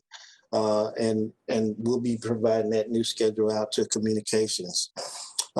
Migrant testing continues to produce modest returns for the community at the San Jose Mission in Dover and the new location at the Manatee Village in Ruskin.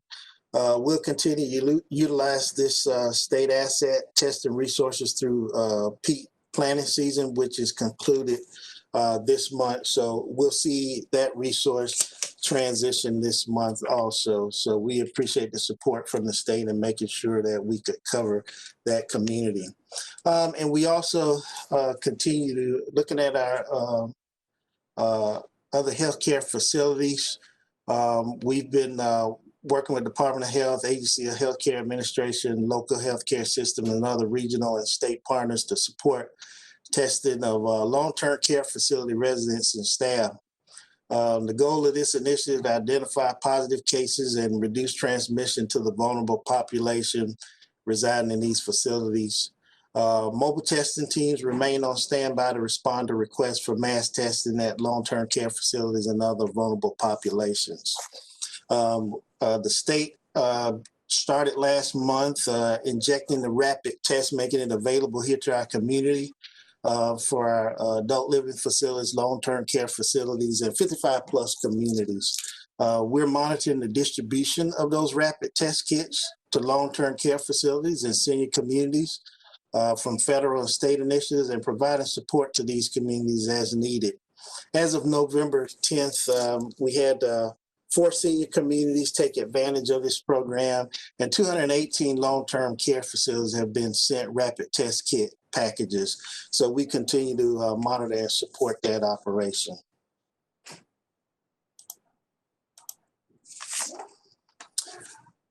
So we're seeing about 78% of Hillsborough County testing is being conducted by private providers.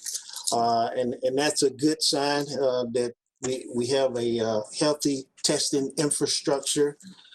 in place, something that we would normally see for this time of year for influenza testing.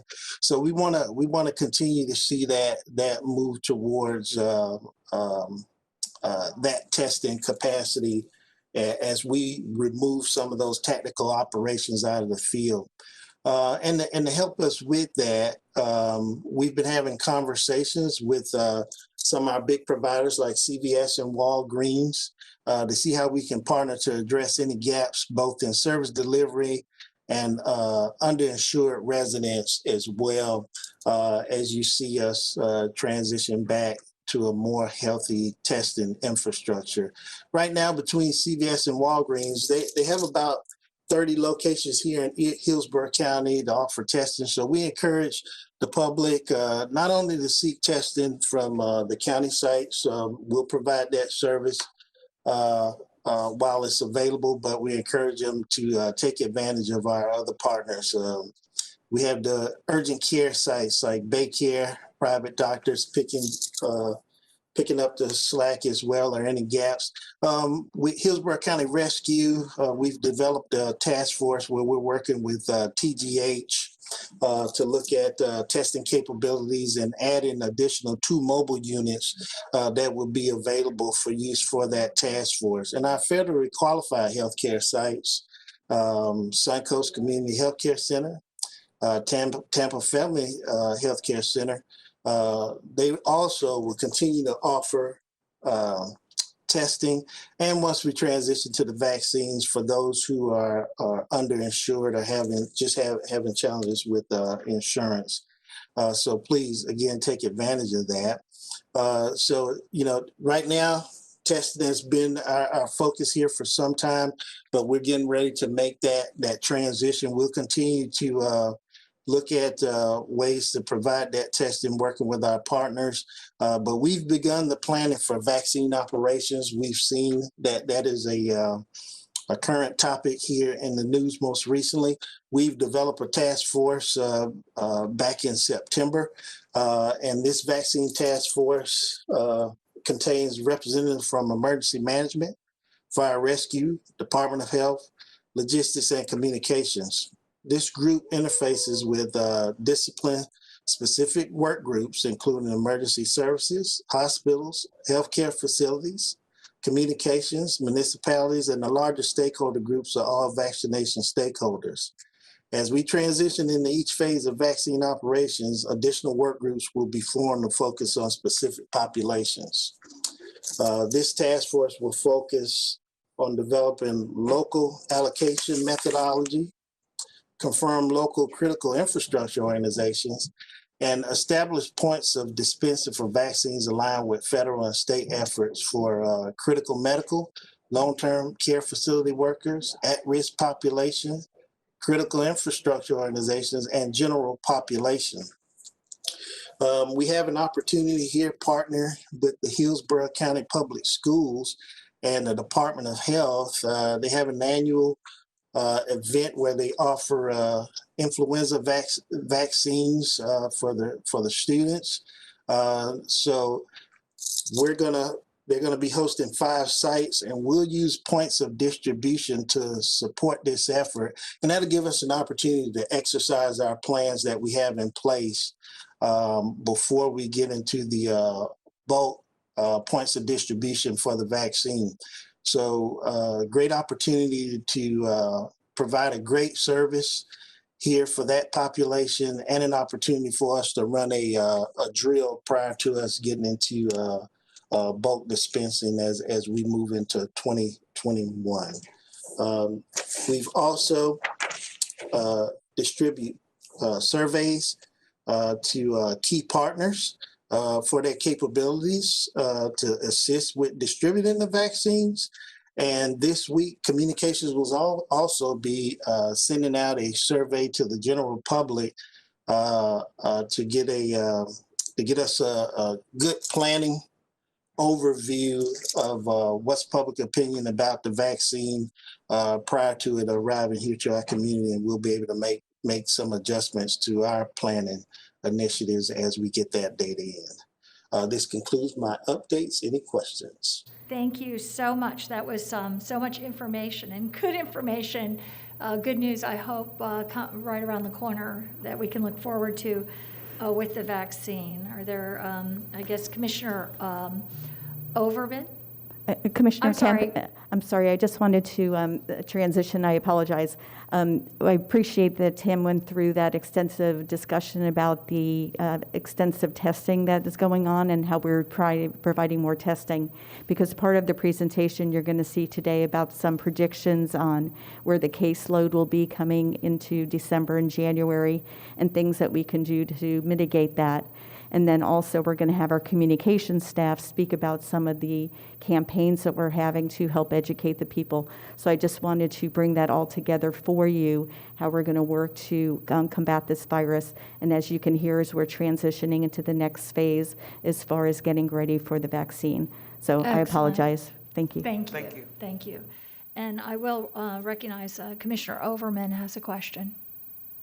Thank you. And thank you, Mr. Dudley, for your report. It's very helpful. I would have a quick question. Recently and historically, we've seen efforts to make sure that we have testing in areas where we have low or high levels of individuals without transportation or they don't own a car. I know there is a high level in Plant City. Are there sufficient community resources available since we're no longer offering testing right in Plant City? I couldn't tell from your report, so I apologize. Thank you. Yes, ma'am. Yes, we still have mobile testing available also. And one of the sites that we'll be taking a look at that will be opening sometime next week, it'll be close to that footprint again also. But for those that are transportation challenged, you still can visit us at hcflgov.net/COVID testing. And you can call to have scheduled mobile testing. So we are still conducting that service. Excellent. Thank you very much. Good for everyone to know. We'll move now to Dr. Holt. Dr. Holt, I'm sorry. Yes, good morning, Madam Chair, Commissioners, and welcome to Commissioner Cohen and Myers. Today, I'll review where we are based on the EPI and hospital healthcare data and do make some brief comments on recent developments. And as always, Mr. Wagner will review our dashboard. And as Ms. Weiss mentioned, we'll have a presentation by Dr. Edward Michael, Professor of USF at College of Public Health. So let me, if I'd ask to begin with the first slide.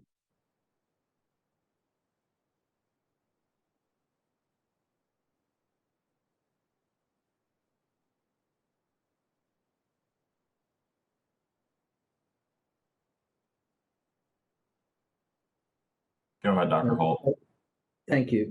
Yeah, I think we're familiar with this graph, but I'm going to do a quick review and explanation. What this slide shows is it tracks our incident rate, which is basically the rolling average of our new cases reported to us over a 7-day period per 100,000. So this allows us to compare really how much virus transmission is going on in our county as it compares to other counties, both in the area, state, or even the country. As you can see along the bottom, the x-axis, our dates, we have indicated key dates that have indicated both by the red bar showing phases of our reopening and the implementation of the mask order on June 22nd. All your attention to the horizontal lines, the colored lines. These designate the 4 zones that correspond to degrees and how much virus is being spread. So our top red line above that is in a hot zone. This is where we have substantial, widespread, and uncontrolled transmission. Below that, we enter an orange zone, which, while substantial, there is moderate or lower.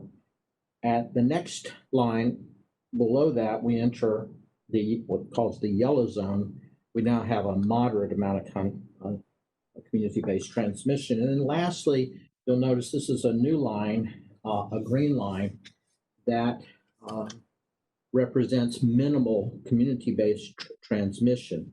Early in October, when we looked at our new cases falling and our positivity rates, and this on a regional basis, a work group was formed among the Hillsborough County, Pasco, and Pinellas counties. And we wanted to develop some guidelines, some thresholds that were based on evidence that if we could reach these and sustain it, the community-based transmission would be low enough to support some existing of our current restrictions or current mitigation efforts, such as our facial coverings. The group was comprised of 4 of our healthcare systems, our hospitals, University of South Florida College of Medicine and Public Health, the VA, Moffitt Cancer Center, the Hillsborough County Medical Association, medical advisors for Pinellas and Hillsborough County Schools, and Dr. Curran, the chair of our Hillsborough County Advisory Board, myself, along with our health officers from Pinellas, Dr. Cho and Mike Napier from Pasco. So out of this, they came up with the recommendation, we all came up with the recommendation. If we could get to this line below, which is 3 cases per 100,000 per day, the scale we're using here is 7 days, so that's why it's 21, and also a 3% positivity. This is our goal. This is where we want to get to. If you look at where we are now using this graph on the far right, you can see we are currently on the verge of entering the red or hot zone. We are at the upper limits of the orange. Our 7-day positivity is running around 8%. Break this down and look at our age groups, the rate, so it's again per 100,000. The highest continue to be our 25 to 34 and our 50 up to the age of 54. Beyond that, everyone is also increasing, including somewhat concerning are the over 65. As the dashboard will show, our healthcare system is busy but not stressed. They have an the occupancy rate of 70% for all their beds and 80% of the ICUs, varies by hospital. And their numbers of persons with COVID in the hospital around 250. They're averaging about 30 admits a day and a similar number of discharges. So our epidemiology, if you look at this, are clear. Our epidemic or our forest fire, if you will, is big. It's been growing. You notice in July, we saw a very sudden increase. We sort of took the elevator up to our peak, and now we are in a persistent surge, and we're taking the stairs heading upwards. We are concerned about the impact of our recent and upcoming holiday seasons with travelers and gatherings.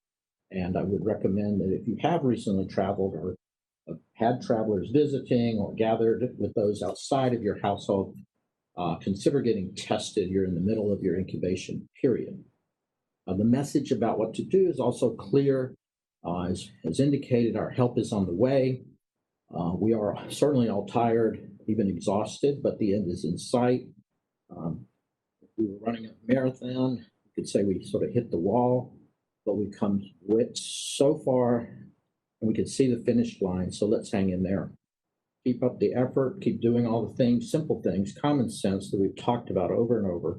Physical distancing, social distancing, avoid some crowds, especially indoors, and wear a mask. It's not about closures or shutdowns, so long as we don't have too many of our staff or teachers or others become infected or exposed. The vaccine will be coming, small amounts initially. My best estimate, if you use what the federal government is proposing, that we could have between 20 or 40 million by the end of this month, and also based on Governor DeSantis' recent comments of us, the state getting 1 to 2 million, we could get somewhere between 50 to 150,000 doses. This is my best guess. We're planning for as much as we can get, as Mr. Dudley mentioned. Healthcare workers in the hospital, which number about 30,000, are our first and priority target, along with our long-term care staff and residents, which are about 25,000. It's actually necessary not because of those high risks, but the storage requirements, the staff and the resources to deliver the vaccine at this early stage. This can be done at this phase because with the hospitals having their staff and the federal government's contracted with CVS and Walgreens. So, but by February, we're expecting to have more and more, probably twice as much. And by March or April, we should be getting a steady supply of up to 150 million doses per month across the country. But I do want to be clear that how soon we are able to extinguish this fire, put out this COVID epidemic will depend not on how much vaccine we have, or give, but primarily how big the fire gets over the next few months. We can get it back down to the yellow zone. We could end this by July, early summer. We stay up in the red zone. This could be extended into the fall. So my conclusion is, again, let's come together. We can finish strong, rally, a little bit of extra effort for a little while longer. We can do this, and I think it's a perfect way to celebrate July 4th. Mr. Wagner, can you go through our dashboard, please?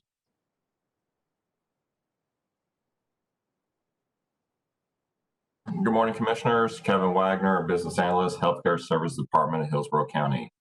I will be presenting the Hillsborough County dashboard related to COVID-19 that's publicly available. As always, the items in green indicate trending in the positive direction. The items in the pink or salmon color are areas of concern. To date, through yesterday, the FDOH, through the process, has identified confirmed cases of 58,749. Estimated fatalities of that is 938. And to date, an estimated recovered is 47,964. Our 7-day cases per day, again, it shows a slight decrease looking at the 7-day of around 369. But when we take this out to a much broader view of the 14-day, we see a nearly 24% increase from 250 to 380. So when we look at the broader term, it has been increasing. An item somewhat of good notes here, while our weekly testing target is 47,250, we are still below that. We have historically been below that. But the last 2 weeks on the 14-day count, it was nearly 33,000 reported tests into the FDOH. So again, as you can see, on the previous 2 weeks and the previous 2 weeks before that, a steady increase in the reporting testing.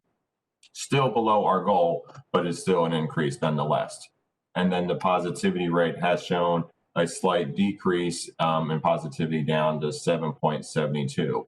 Again, when we always look at the COVID testing, you look at confirmed cases, the number of tests, and the positivity rate. All three of those variables are very important. The hospitalization data through the TGH data exchange, as you can see, is temporarily unavailable due to a system upgrade.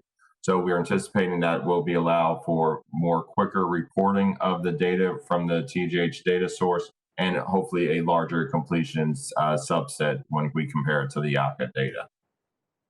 And that upgrade is anticipated to be completed hopefully this week.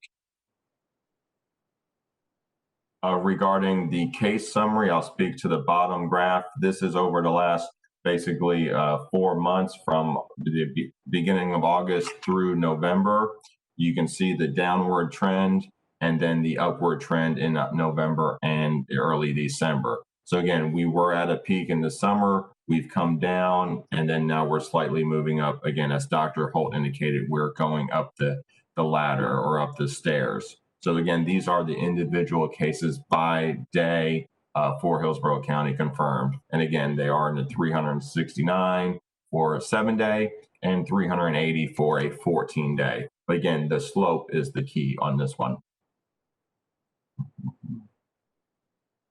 Regarding testing, I've already alluded to that the testing has increased. If we look in the first row, far right-hand box, we do see an increase in testing. If we look on the first row, middle box, essentially 4% of the population has been confirmed with this virus at one point. So around 4% is that 58,749 number. And again, on the bottom row is our testing positivity rate. Again, we talk about cases, we talk about tests, we talk about positivity rate. You can certainly see the lines and the slope of that. Again, our high point was in July of August, around 17%. We see a decrease, and now we're sloping up on positivity around 7, nearly 8% again.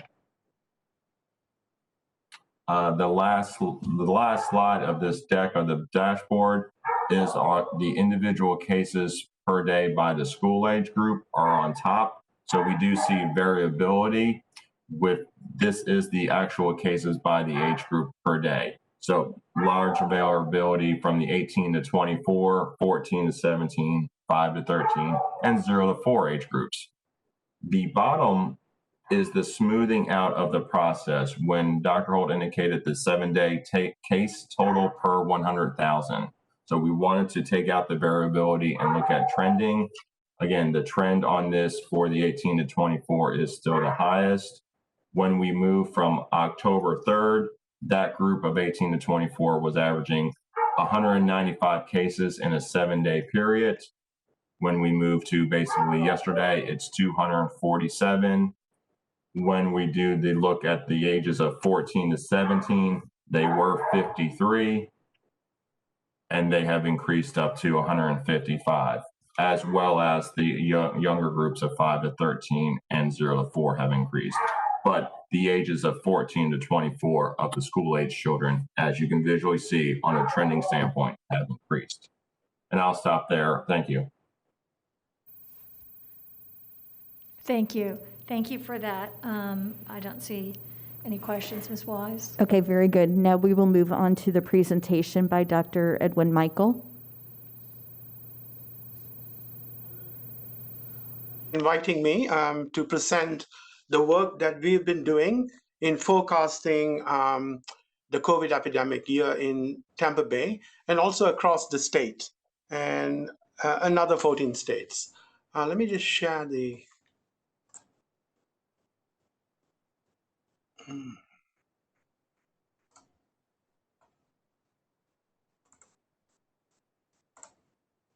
Can that be seen? Yes, sir. Okay. Right.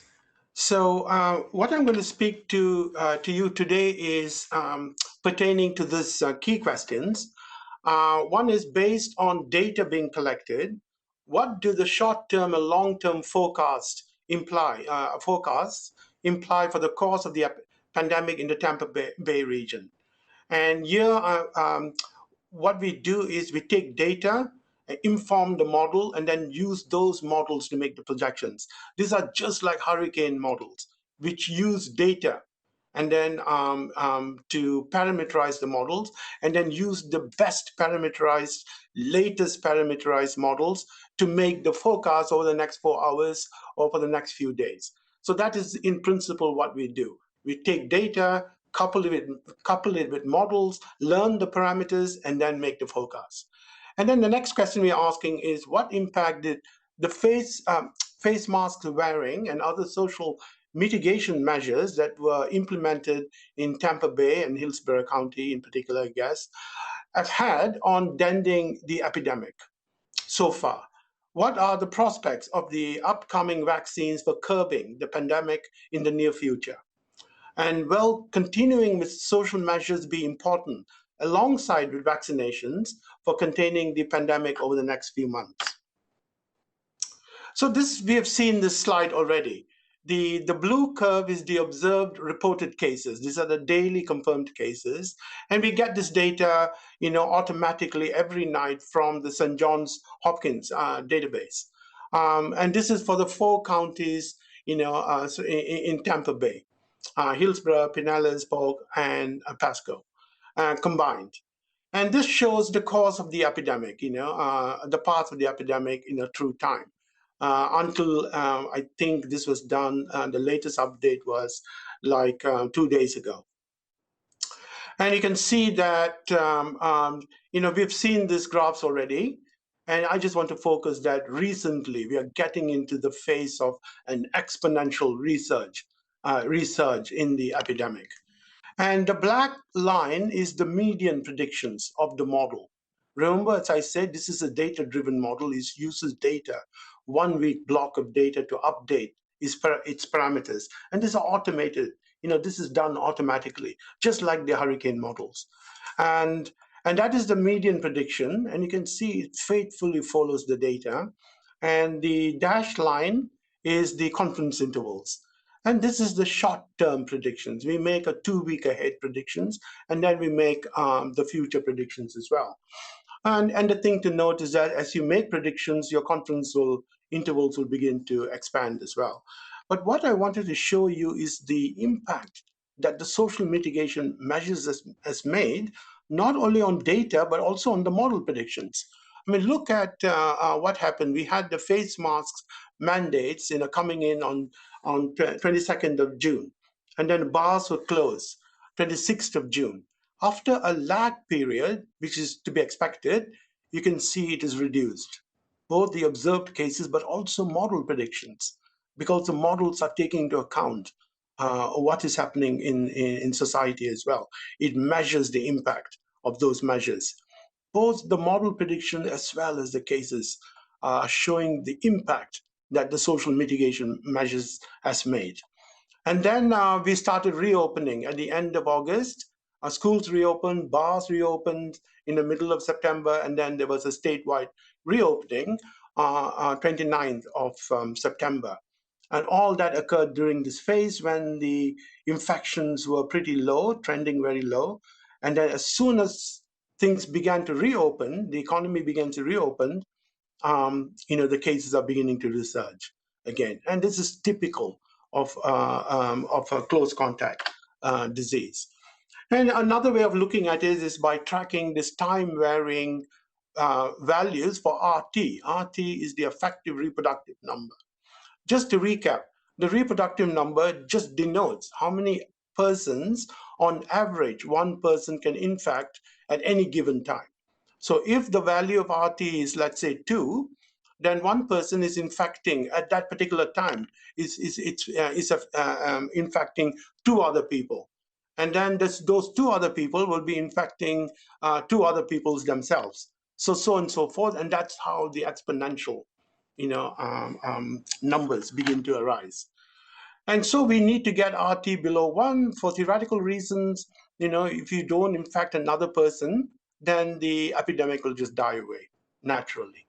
Okay, and let's look at the data, since March. And this is just fitted to data. We use the daily confirmed case and estimate RT. And look at RT was really big just before the lockdowns, and then the lockdown just suppressed RT to below 1. So we were doing a good job, but there was a lot of fluctuations, in the number of RT. It was trending around 1, it was just hovering around 1.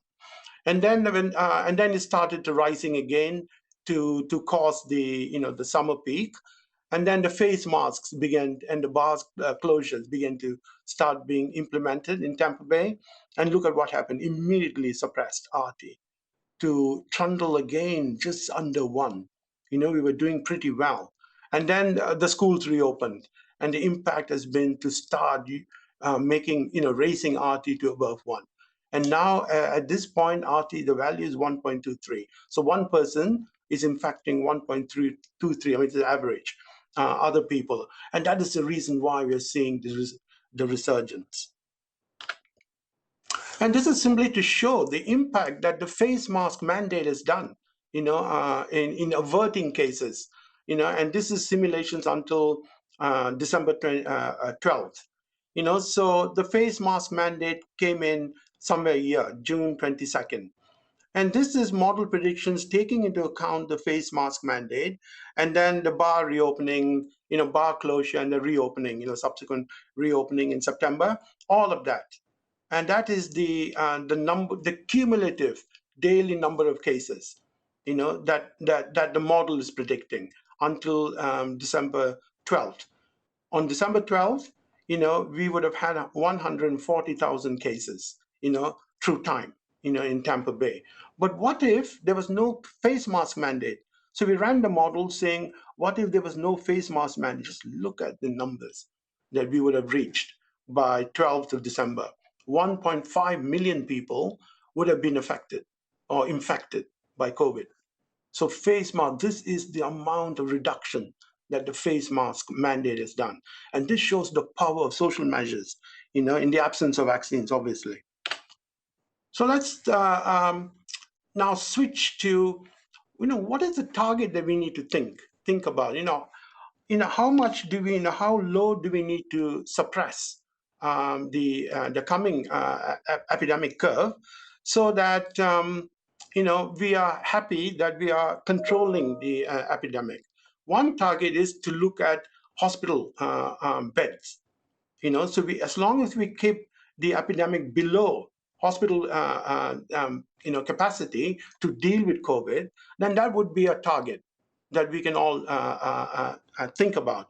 I mean, Dr. Holt, showed, some the thresholds that he was also following.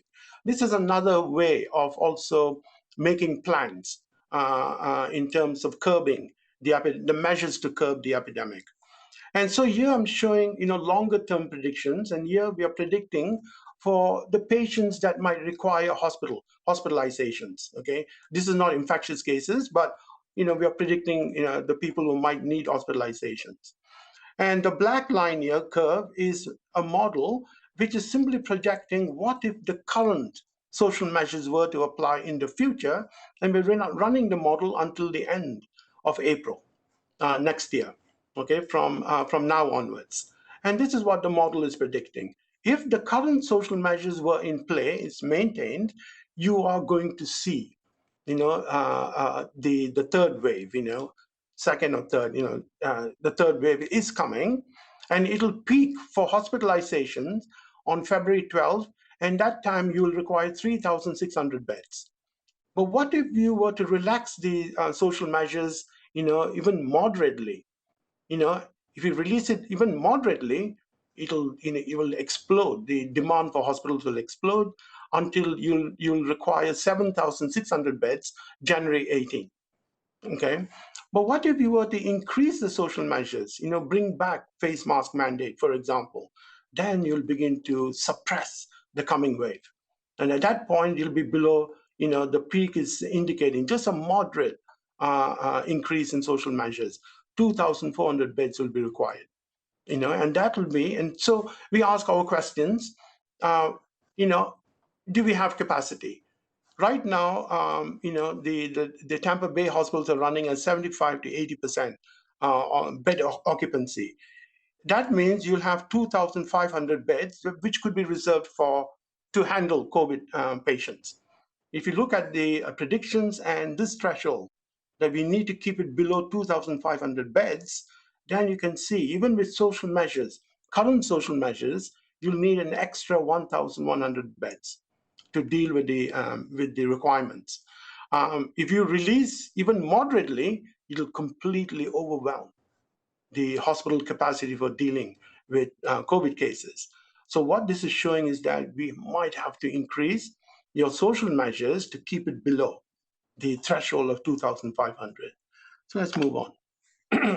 So the vaccines, exciting news, the vaccine. And today, I think the UK has given emergency approval for the Pfizer vaccines to be rolled out in the UK. So this is coming. And they are not 100% effective, but at least 90% effective. But the problem is, as Dr. Holt pointed out, is the rate of rollout of the vaccines will be in a phased manner. And then we have supply issues as well. And here we are modeling the phased delivery of the vaccines. Step one will be low daily vaccination.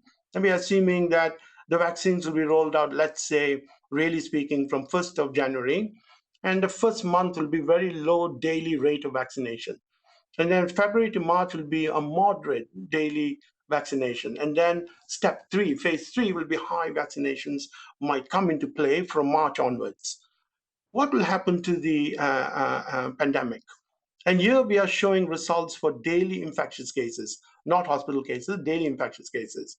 And the black line, as usual, is maintaining current social measures. And then the vaccines are coming in in January 1st onwards in a phased manner, low, medium, and then very high. And you can see even with the current social measures, you're not going to prevent the wave. It's not going to kill the wave. The wave will occur, but it'll be much smaller, than without the vaccines. It'll peak, around middle of late January, and then it'll peter away until it goes away end of April. What if you full release, this dotted line is full release of social measures. If you release social measures fully, the vaccines are not going to do anything. You'll lead to a very high level, I dare not show, level of infectious cases daily. And this is showing that even if you moderately release the social measures and then you introduce the vaccines, it is going to have a much higher peak than maintaining the current social measures, and then it'll start fading away. And by end of April, that'll, the infection will go away with the vaccines. And then we have, what if you were to moderately strengthen social measures when the vaccines are introduced? That's when it begins to flatten the curve until it disappears by middle of April next year. So the take-home message here is the vaccines, given current social measures and any release or relaxation of social measures, is not going to prevent the coming wave. It will only prevent the coming wave if you strengthen the social distancing measures. So what this is telling us, vaccines on its own is not going to do it. For the next wave, you need to combine it with social measures. And this is looking once again for hospital cases. Our target is 2,500 beds. Now, this is showing vaccinations coming from January 1st onwards with current social measures. It'll decline from without the vaccine. Right now, it'll be, you might need about 500 more beds with the vaccine, the phased vaccination. But if you release the social measures, then you might, this is about 4,000 beds requirements. That's about 1,500 extra beds will be required. Once again, if you improve the social measures when the vaccines come, look at what happened. It just flattens the curve. So what are the take-home messages here? We are currently entering the exponential phase of a sizable resurgence of the virus in Tampa Bay.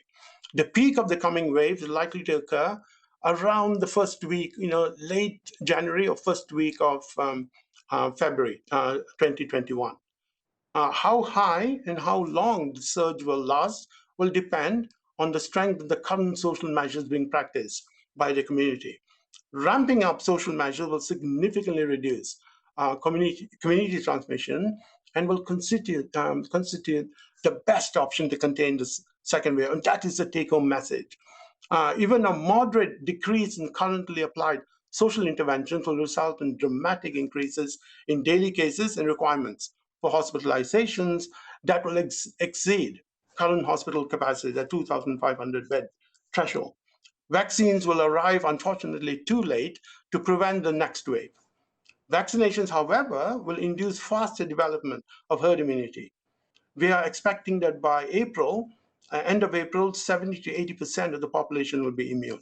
And once you get that, you've hit herd immunity. The level of herd immunity that will stop future resurgences of the epidemic. That is after the second wave. It's not going to do much for the second wave, but if you roll out the vaccine, by end of April, we predict that you can fully reopen the economy because you'll have enough herd immunity. But the last important message that I think we need to convey to the community is this. If we practice social measures alongside vaccinations over the next few months, we will be able to crush the epidemic itself by the end, middle to end of April 2021. And I'll stop there. Great. Thank you so much, Dr. Michael. That was we have a lot to take in there, warnings as well as hope. And I see that Commissioner Overman would like to be recognized. Thank you, Chair. I appreciate that. And thank you, Dr. Michaels, for helping us sort of look into the future to say what our best options are. I wanted to really key in on your takeaway that suggests that ramping up social measures will significantly reduce community transmission. And as we prepare and wait for the vaccine, that we have to have the vaccine in order to reduce or to address herd immunity.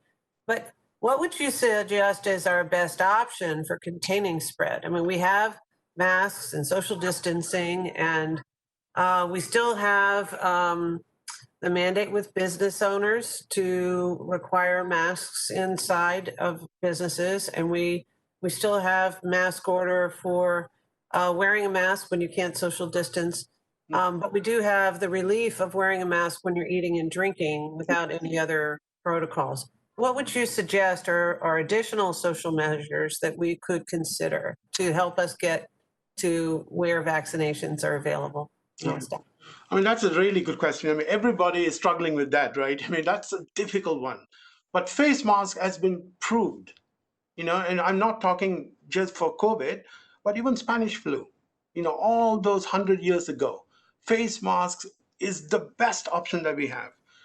Okay, given that physical distancing, and we are practicing that already, I think, I mean, restaurants will have to limit, unfortunately, for the next few months, capacity to ensure that people are sitting, especially as you said, when you eat, you have to remove masks. So therefore, we should emphasize that restaurants will have to still maintain that physical distancing measures that you've already put in place that cannot be lifted, unfortunately. Barber shops, those kinds of things are, for me, the flashpoints. And then the last thing I would say is, how do we limit, gathering of people? With the holidays coming, how do we provide messages to families saying we have to now, not travel if possible. Secondly, don't have this extended family, parties and, celebrations. This is unfortunate, but this is what we have to just, this is what we have to do.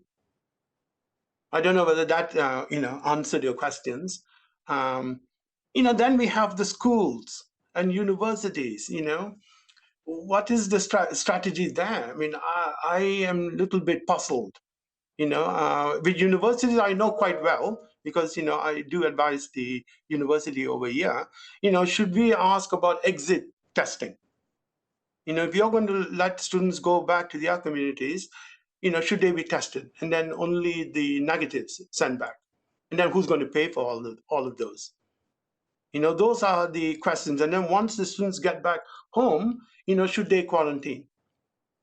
My answer would be yes.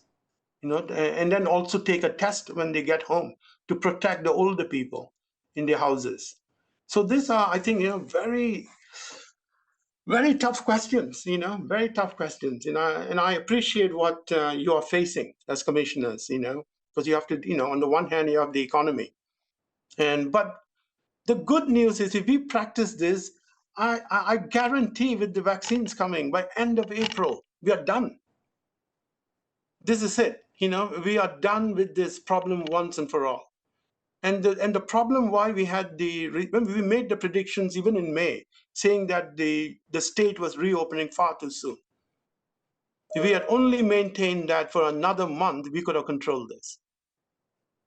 But I do agree people are fatigued. How long do you want to wear face masks? And people are social, but we got no choice.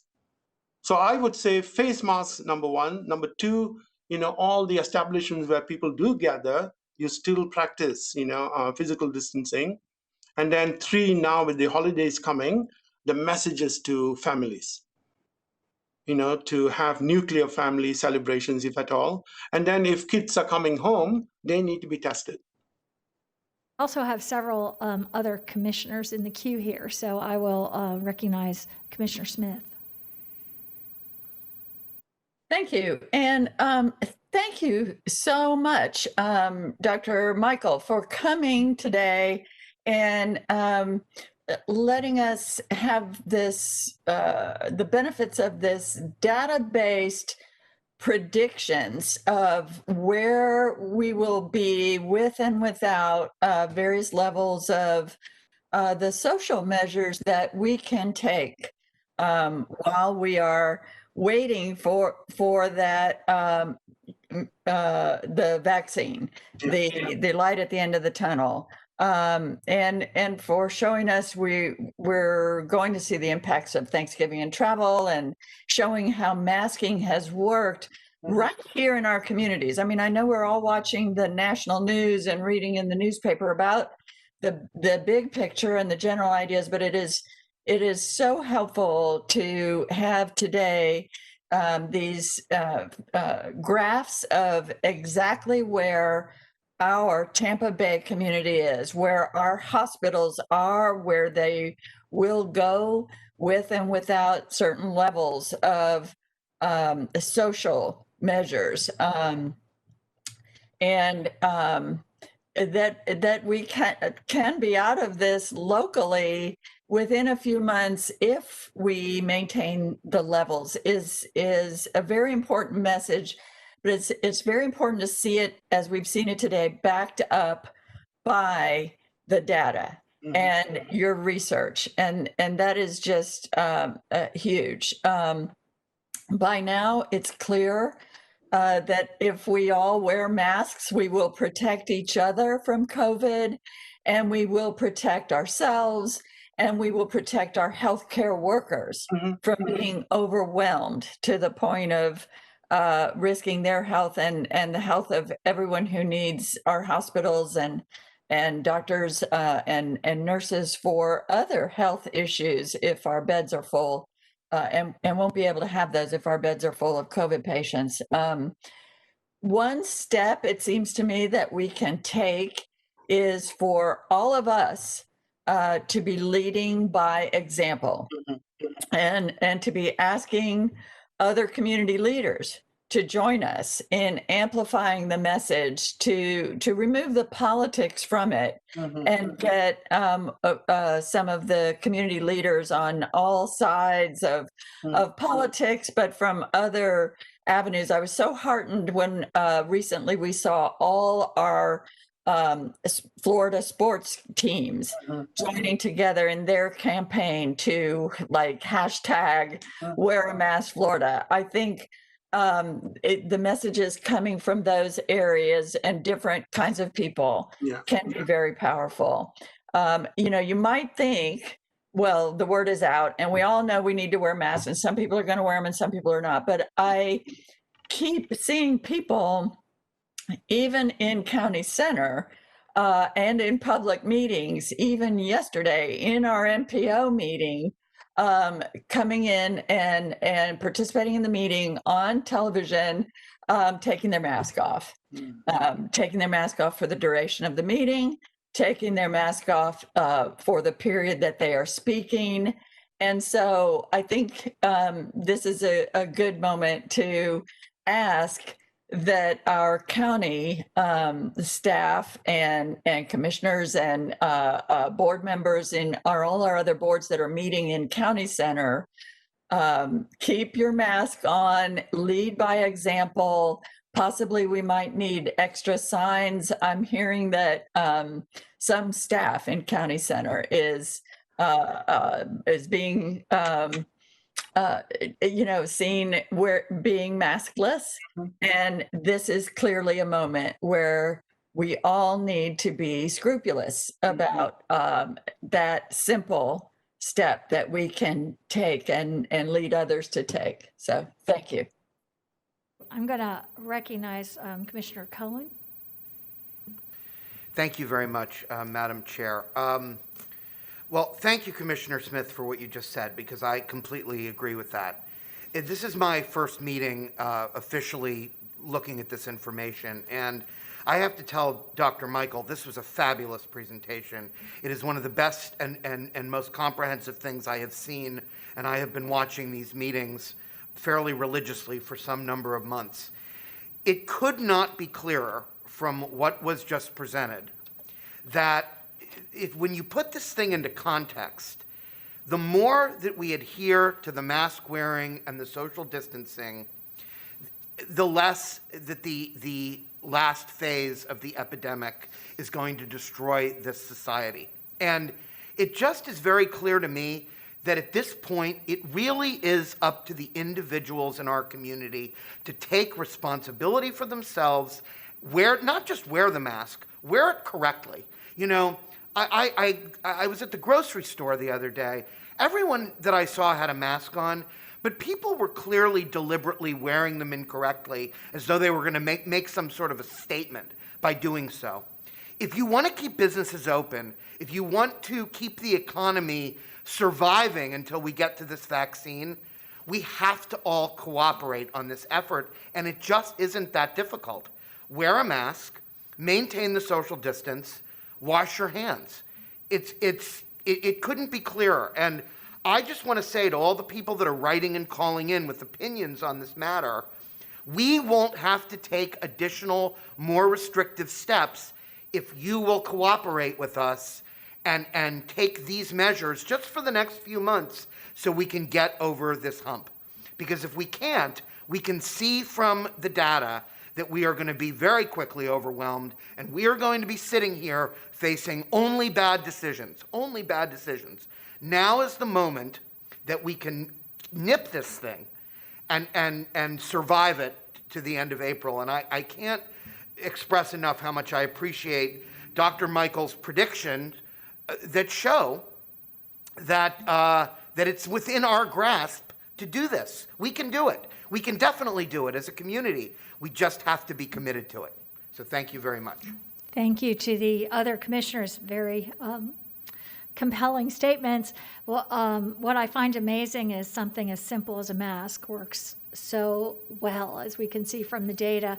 And it is very scary to see some of this data in terms of the first week of February 2021, seeing a rise predicted in the fact that through individual action, we don't have to change anything. We just have to wear a mask and be vigilant about that.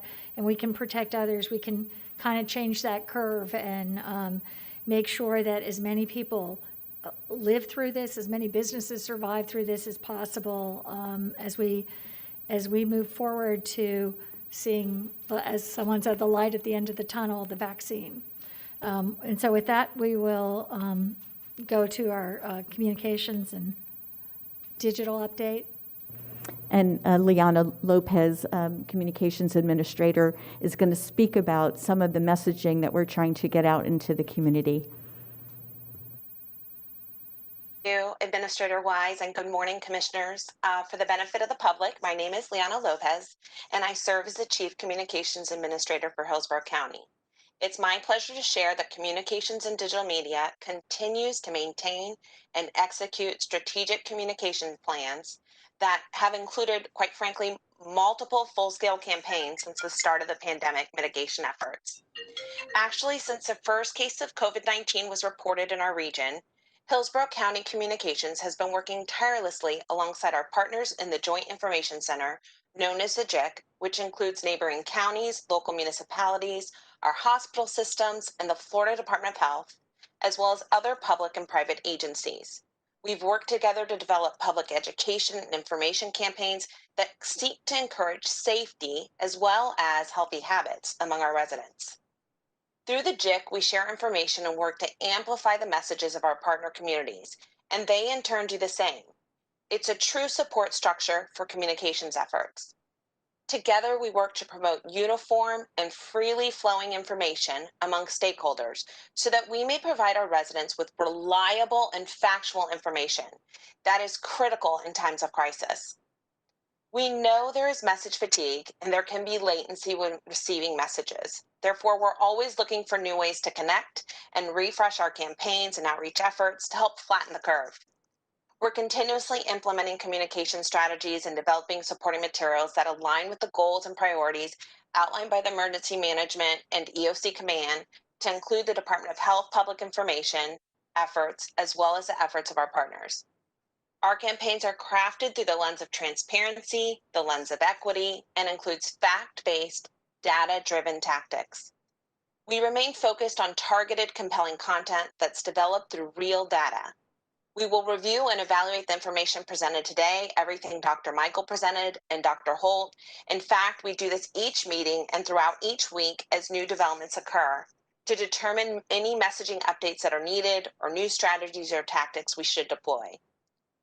As you may be aware, we have completed several survey and outreach efforts to gain insights into the behaviors and attitudes of our residents so that the public information efforts are based on this direct feedback, on real data, as we rely on making data-driven decisions to drive our efforts.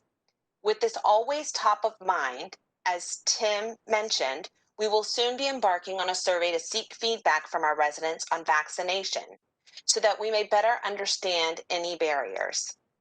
Identifying these barriers will be key to ensuring we're able to plan and organize targeted communication strategies that help mitigate and hopefully overcome some of the barriers that may be identified.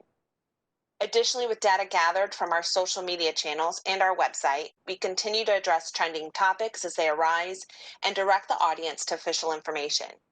We remain steadfast in the core messages as identified by the CDC and DOH throughout all our campaigns. Wash your hands, social distance, avoid large crowds, and wear face coverings. Which leads me to the reason we're here today. Communications and Digital Media will briefly discuss two efforts they're currently working on that supplement our overall pandemic communication efforts. Public Relations and Marketing Division Director Anna Mendez will brief you on our holiday campaign, and Director Terry McElroy will walk you through our COVID Prevention and Spotlight campaign that is focused on our internal employee audience as our county employees continue to be our strongest ambassadors. Anna, please proceed with the holiday campaign briefing. All right. Thank you so much, Liana, and good morning, commissioners. I'm Anna Mendez, Division Director for PR and Marketing, as Liana said, and it's my pleasure to be here to present the I Heart My Family campaign. As Liana mentioned, CDM has been working very closely with the JIC, as well as local, regional community partners, as well as other jurisdictions. And our campaign urges the community to spread love this holiday season and not germs. Launched early in November, the campaign has many facets. James, can you go ahead and pull up the PowerPoint, please? Thank you so much. We'll go to the next slide. So the campaign, as I mentioned, has many facets. The campaign activation includes a pledge, which you can find at hcflgov.net/holiday pledge. And on that pledge, we're asking folks to do many of the things that we talked about here today. We're asking them to wear their face covering, stay home if they feel ill, socially distance, to wash their hands and use hand sanitizer, as well as stay home if they're ill, and get COVID testing if they're exhibiting symptoms or have been around somebody who is or has tested positive. And we know that's critically important just coming off of the Thanksgiving holiday. We've also created newsroom content. We're working with local universities to spread the message, as well as through neighborhood relations and our community partners. We have a ton of social messaging going on, as well as digital and print ads, billboards, working with our BOCC partners and constitutionals, as well as a partnership that we have with 93.3 FLZ. Next slide, please. So you guys may be aware of this event. It's a large holiday concert that happens every year, and it's called Jingle Ball. We've decided to partner with 93.3 because we feel that it's going to help us reach that specific age range of millennials and Gen Zs and bring home that message to their families. This year, the concert is virtual. It's taking place on December 10th, and Hillsborough County is the countdown sponsor. So next slide, please. So what does that mean? That means that you're going to hear radio commercials on 93.3 FLZ, as well as on their iHeart app. On November 20th, we did a takeover of their homepage and promoting the holiday pledge. We also are in their newsletter. We have a prize incentive. 93.3 is urging folks to come over, take the pledge, and they are giving a giveaway there with that. They get an extra entry for taking the pledge, so that's a little bit of a fun promotion. We're also working with them on their social platforms and geo-targeting ads. And what that means is we take a look, like Liana mentioned, at our data and looked at the cases, the zip codes that had the most cases of COVID, as well as our vulnerable and minority communities. And so say you're going to the grocery store, you're going to Publix, you're going to Walmart or Target, and you're in one of those areas and you happen to get onto Facebook, you're going to see an ad for the pledges coming up there. So we're trying to get very geo-targeted and specific on how we talk to folks and get them engaged.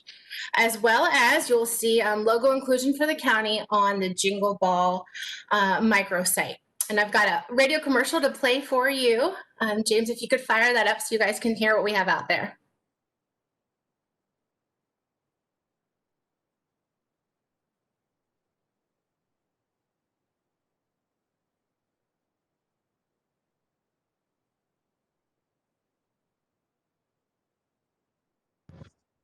Please stand by. Sharing it now. Here with Ashley and Jed from the Joe Show on 93.3 FLZ, and all we want for Christmas is you and your family to stay healthy this holiday season. Join the Joe Show in Hillsborough County by taking the iHeart My Family Pledge. Text Holiday Pledge to 73224 to show your support. Together, we can help keep our loved ones and communities safe while we continue to deal with the COVID-19 pandemic.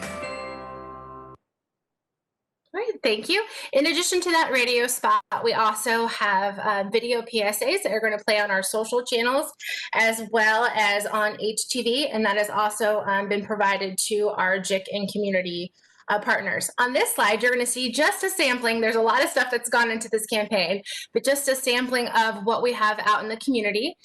To your top left, you'll see those are digital billboards. We have those running all throughout the county and specifically in those areas that we talked about that we wanted to get very specific and granular with in messaging to those vulnerable populations. On the bottom left, you will see an ad that was placed in the Florida Sentinel. We have ads running throughout this campaign there, as well as in La Gaceta, which is in the bottom right-hand side. And then towards the top right, you'll see a sampling of our digital ads there. One unique thing that we're doing, we're asking folks when they do take the pledge to submit a photo, socially distanced and wearing a face covering that we can use in our digital billboards. So that's another fun opportunity to get folks engaged in taking the pledge, taking those precautionary measures, and then possibly seeing themselves in our advertising. All right, next slide, please. So how can people get involved? What can you do to help spread the love and not germs this holiday season?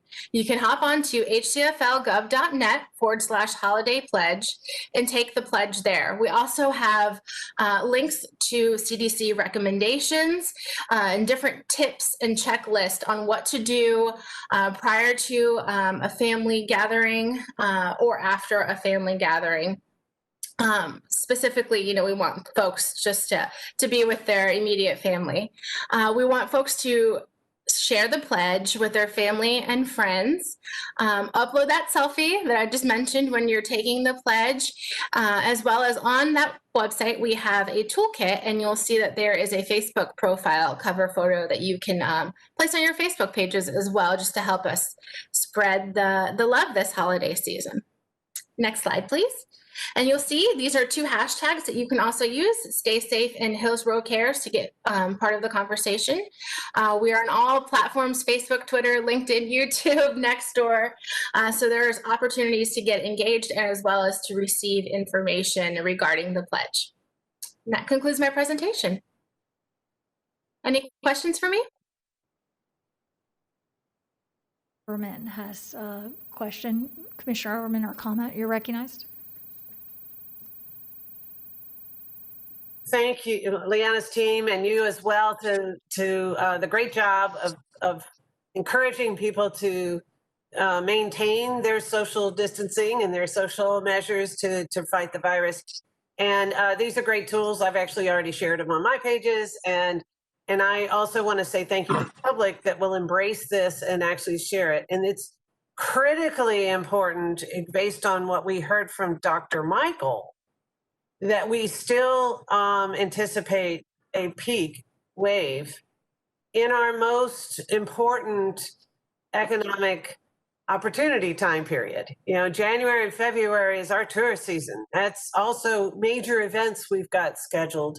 So having this campaign out there will do two things: not only remind folks how important it is to use the social distancing and wearing masks in order to help, you know, not spread the virus and spread love and not germs, but more importantly, how incredibly important it is for us to be positioned to assure those that do travel to Hillsborough County or into the Tampa Bay region that they're coming to a place where we take spreading love and not germs seriously. So I really want to thank you for putting this program out there to help people recognize how important it is that they each take a part, more so. And with that, I just wanted to ask a question of staff, and Dr. Holt and maybe Dr. Michaels would have a discussion about Dr. Michaels' summary suggesting that,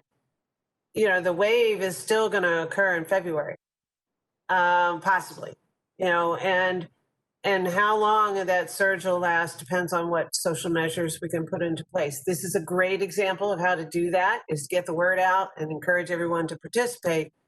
But are there steps, as I mentioned earlier, to increase our social distancing or social measures to restrict the wave? Because we're going to need folks wanting to come to the Tampa Bay region in a height of our economics business to feel comfortable coming here. So I mean, has staff considered additional steps that we could take, or additional measures that we could take to consider adding to, you know, not only our recommendations, but possibly to our ordinance? And I'll ask staff or Ms. Wise to offer some suggestions, maybe. I've been considering some options. We don't have any to recommend to you at this moment. We would like people to, as Commissioner Cohen said earlier, to take their personal responsibility, but we are evaluating, working with the County Attorney's Office, some additional measures that we can do that we may present to you at the next meeting. But for now, if people could take the responsibility, do the right things that we're talking about, we want to get the word out as much as possible. We want to get the education to the businesses as much as possible. Any assistance that we can provide them, we want to do. That's what we're recommending at this time.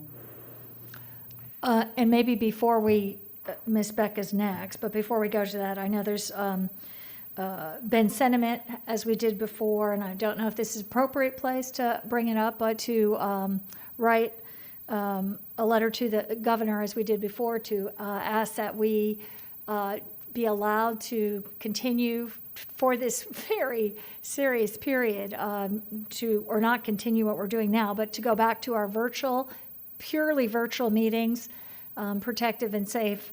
And yeah, I don't know if I think we could proceed on that if there's no objections at this time, or would anyone like to?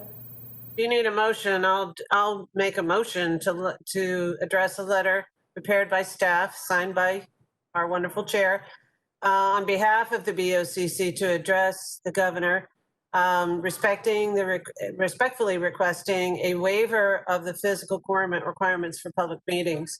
Second. Thank you. A motion by Commissioner Overman, seconded by several. May I make a comment? Yes, and Commissioner Cohen would like to comment. Yeah, I just want to make a comment that obviously I'm in support of getting this permission from the governor, because we don't know what it is that we're going to be facing over the coming months, and it would certainly be helpful to have the flexibility to make the change. But I do want to say that I think that the protocol that's being followed here right now seems to me to be enormously safe, and the systems are working really well. And I hope that if we are granted this permission, we're judicious in using it, because I think that having 4 here, at least from my perspective, seems to be working. Thank you for the comments. I would just and it looks like there are several other comments, but I would just say that there has been difficulty, maybe not in this meeting, but to get the quorums present at some of the meetings. And I'm not sure, there's significant, as we know, challenges involved technically for our staff that are way greater under this requirement. I wouldn't have expected that, but I see that Commissioner Smith and Commissioner Overman. Commissioner Smith, you're recognized. Thanks. Just quickly, I agree, Commissioner Cohen, that our county has done a fabulous job of making our meetings work under these hybrid restrictions and accommodating the public virtually as well as in person, even in our land use meetings. But that has involved, separate locations. And there are other boards too. The MPO board, for example, had a hard time fielding a quorum because it's so large that a quorum, it requires large. The Arts Council has found it impossible to field a quorum. The Heart Board has special challenges because their meeting room is on a second floor. It's smaller. So it is costly for the Heart Board to work through these hybrid meeting times. So, I just would hope that the governor might hear some of us and see his way clear to extending the order as is being requested. There's a lot of ramifications outside our county commission board meetings. So thanks.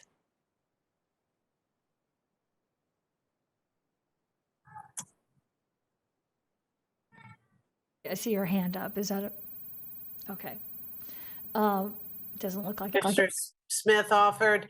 I had a board meeting last week or week before last that we were unable to do any business that required a vote because we were unable to maintain a physical quorum. And that's why I would like to plead with our governor to consider, the waiver. Our staff has done a marvelous job of keeping our employees safe and the citizens safe so that they can participate in our meetings. And by all those efforts, I'd love to see us be able to continue business without disrupting at the risk of not having a quorum. So thank you very much. Commissioner White, you're recognized. Thank you. I'm not going to support the motion. We have people in a broad array of occupations that have had to press on, show up to work in person throughout the course of this pandemic, going back 8 or 9 months. And I don't think that we as public servants, are really any more, anything special, versus those people. I think that we should come here in person, do the work of the people, give the public an opportunity to engage us. I just can't support it. While I have the floor, I do want to say for the record that we're an hour and a half behind. I plan my day based upon the published times, the time certains. I'm not going to be able to stay later than about 1:30 today, so I'm just going to ask the county administrator to either see if one of the virtual commissioners can come here for the afternoon, if not, to just start to think about prioritizing what's going to need to be heard and voted on today. Thank you. Thank you. I think that's wise. These presentations have gone longer than we expected. Seeing no further comments, we'll do a roll call. Kemp? Yes. Cohen? Yes. Myers? Yes. White? No. Hagan? No. Overman? Yes. Smith? Yes. Motion carried 5-2. Commissioner Hagan and White voted no. Thank you. The other, I'd just like to let the board know at this point, and because we are moving behind, I'm just going to say that I've I'm attempting to be in contact with some of the 5 largest counties, in particular, the county mayors in those counties that are facing high COVID numbers like us, well-known Miami-Dade, Broward, Palm Beach, but as well, we've been tracking very closely with Orange County and us, and in fact, we've always been ahead of them slightly, and they just jumped ahead of us slightly. And the I-4 corridor has been a high place for the COVID. Now, it does track populations as well, but I'll be talking to them and maybe bring back something, and also we're contacting the Association of Counties to see what other possible measures there are that counties would like to pursue as a group. And with that, I'll go to Attorney Ms. Beck. Yes. Our county attorney. Thank you, Madam Chair. Pursuant to Florida statutes, we have prepared a draft order to extend the local state of emergency for an additional 7 days. And at this time, it would be appropriate to entertain a motion relative to that order. Thank you. Is there a motion? So moved. Second. Okay, we have a motion to continue the emergency order. Commissioner Cohen with a second by Commissioner Overman. Roll call, please. Kemp, Yes. Cohen, Yes. Myers, Yes, but I'm wondering when I make the second motion, can you all hear me? When I second, can you hear me? Oh, I'm sorry. I did not hear that, but we can put it in the record. Thank you. White, No. Hagan, Yes. Smith, Yes. Overman. Yes. Motion carried 6-1. Commissioner White voted no. Thank you. I'm concerned as well that our agenda is moving so far behind, and I'm just trying to, Commissioner or Ms. Wise, I'm wondering if you have suggestions here. It would seem like we should, rather than the time certains, which are all reports, should move to the commissioner's items at this time? Yes, ma'am. That's what I was actually going to suggest, because some of these are staff items and can move to the commissioner items, as well as we are checking to see if some of those other presentations that have been moved from the canceled meeting, if I can move them to December. So That would be- I'll have that answer for you soon, too. I think that would be good. Yeah, we're working. Thank you. We're working on that. Okay, so do we need a motion here to, for the change to the agenda to do this? I think I can just call them in a different order. Okay. Right. Okay. So, So I think the next item would be Commissioner Hagan's item. Yes. Item F1. Commissioner Hagan.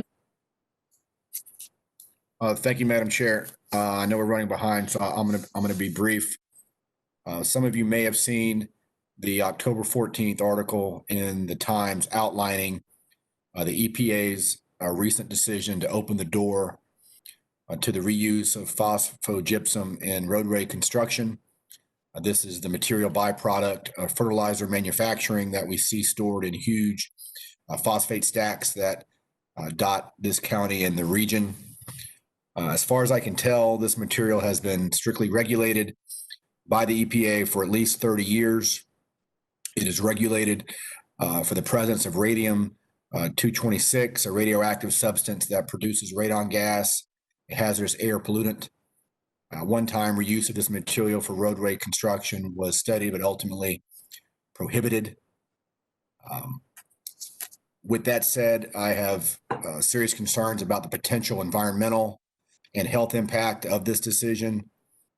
Further, I am concerned about any impacts that this decision may have on our infrastructure. Apparently, it only makes financial sense to transport this substance within 200 miles of a phosphate stack. With several stacks in our community, this change could potentially impact road projects in Hillsborough County. So my motion today is simple. It's just to direct staff in consultation with the appropriate agencies to bring back a report during February board meeting detailing the impact of the EPA's recent decision to allow phosphogypsum in roadway construction. Second. Okay, we have a motion by Commissioner Hagan and a second by Commissioner Smith. I do not see any hands at this time. No comments. Seeing none and moving ahead, let's do a roll call. Kemp, Yes. Cohen, Yes. Myers, Yes. White, Yes. Hagan, Yes. Overman, Yes. Smith. Yes. Motion carried 7-0. Thank you. And we'll move, I- Ms. I- Wise? I would recommend that we move to Commissioner Kemp, your item F2, And- which is very similar to Commissioner Myers' item F3. And if there's no objections, we can maybe present those together because they're right on the same path. Thinking alike here. And I will just say that I have been in consult with particularly several unions in the area, and they are looking at creating apprenticeship, or I've been discussing creating apprenticeship program requirements for county construction projects. This has been done in St. Petersburg. We pulled also Broward County's ordinance, and there's some other ordinances we've been looking at to include this. And that's all I have to say. And Commissioner Myers, perhaps you Thank could you, talk Madam about your- Chairman. I'd just like to say I've had the opportunity to have a conversation with the following staff: Cheryl Howell of Affordable Housing, Lindsay Kimball, Economic Development, Jean Early, Healthcare Services, Scott Stormer, Procurement, and our County Attorney, Christine Beck. And thank you all so much for giving me this opportunity to talk about an apprentice program. So Commissioner Kemp, we're on the same line, but I'd like to take it a step further, that we have the service side as well, construction and services. Because when the county awards millions and millions of dollars, we're leaving out so much on the service side. And in talking with county staff, they are all for this, very excited that we are bringing this opportunity to be discussed, and that we as two commissioners, along with the other 5, can lead the way to bring an apprentice program to the county. And as we heard the public comments this morning, that also signifies that this is something that the county needs to do. And I'll stop right there. Thank But you. I also would ask with the Would you age like to- group, I'm sorry, go ahead. yeah, with the age group being 18 to 25. And I move that that staff brings back a report probably in February regarding an apprentice program. And thank you all so much. Great. So we have a motion by Commissioner Myers. to I'll move- be happy to second it. Thank you. We have a And I'll be happy to support both of you in this really worthwhile endeavor. I think it's great. Great, thank you. And Thank Commissioner you. White? So one thing I haven't been clear on from the beginning, so are F2 and F3 the same? So does the vote on F3, is that gonna dispose of your item as well? Right. That's how I look at it. I didn't Okay. know that anybody else was pursuing, and so Sure. it's fine. Yeah. Okay, all right. And I just like to just say for the record too, I think this is great for increasing local job opportunities and local training for jobs and careers. So I think it's a winning proposition, and thank you all for your support. We'll take a roll. I'm sorry. Commissioner Smith, you're recognized. Yes, I just want to thank you both for bringing this forward. It's something that I've wanted to see in this county as well. I have visited some of the apprenticeship programs offered by our local unions, and these programs are very impressive.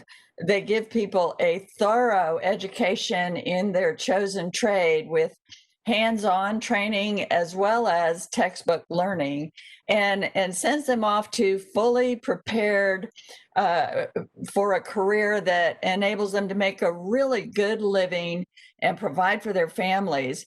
The jobs that are then available to the graduates of these apprenticeship programs also come with the kinds of health care and pension benefits that protect these families in our community. So I'm very excited and happy to support this, and thank you both for bringing this forward.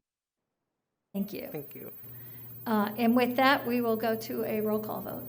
Kim, Yes? Cohen, Yes. Myers, Yes. White, Yes. Hagan, Yes. Overman, Yes. Smith. Yes. Motion carried 7-0. And we're moving a little faster here. And we were able to move those other presentations to 12:16. Excellent, thank you. So that's good.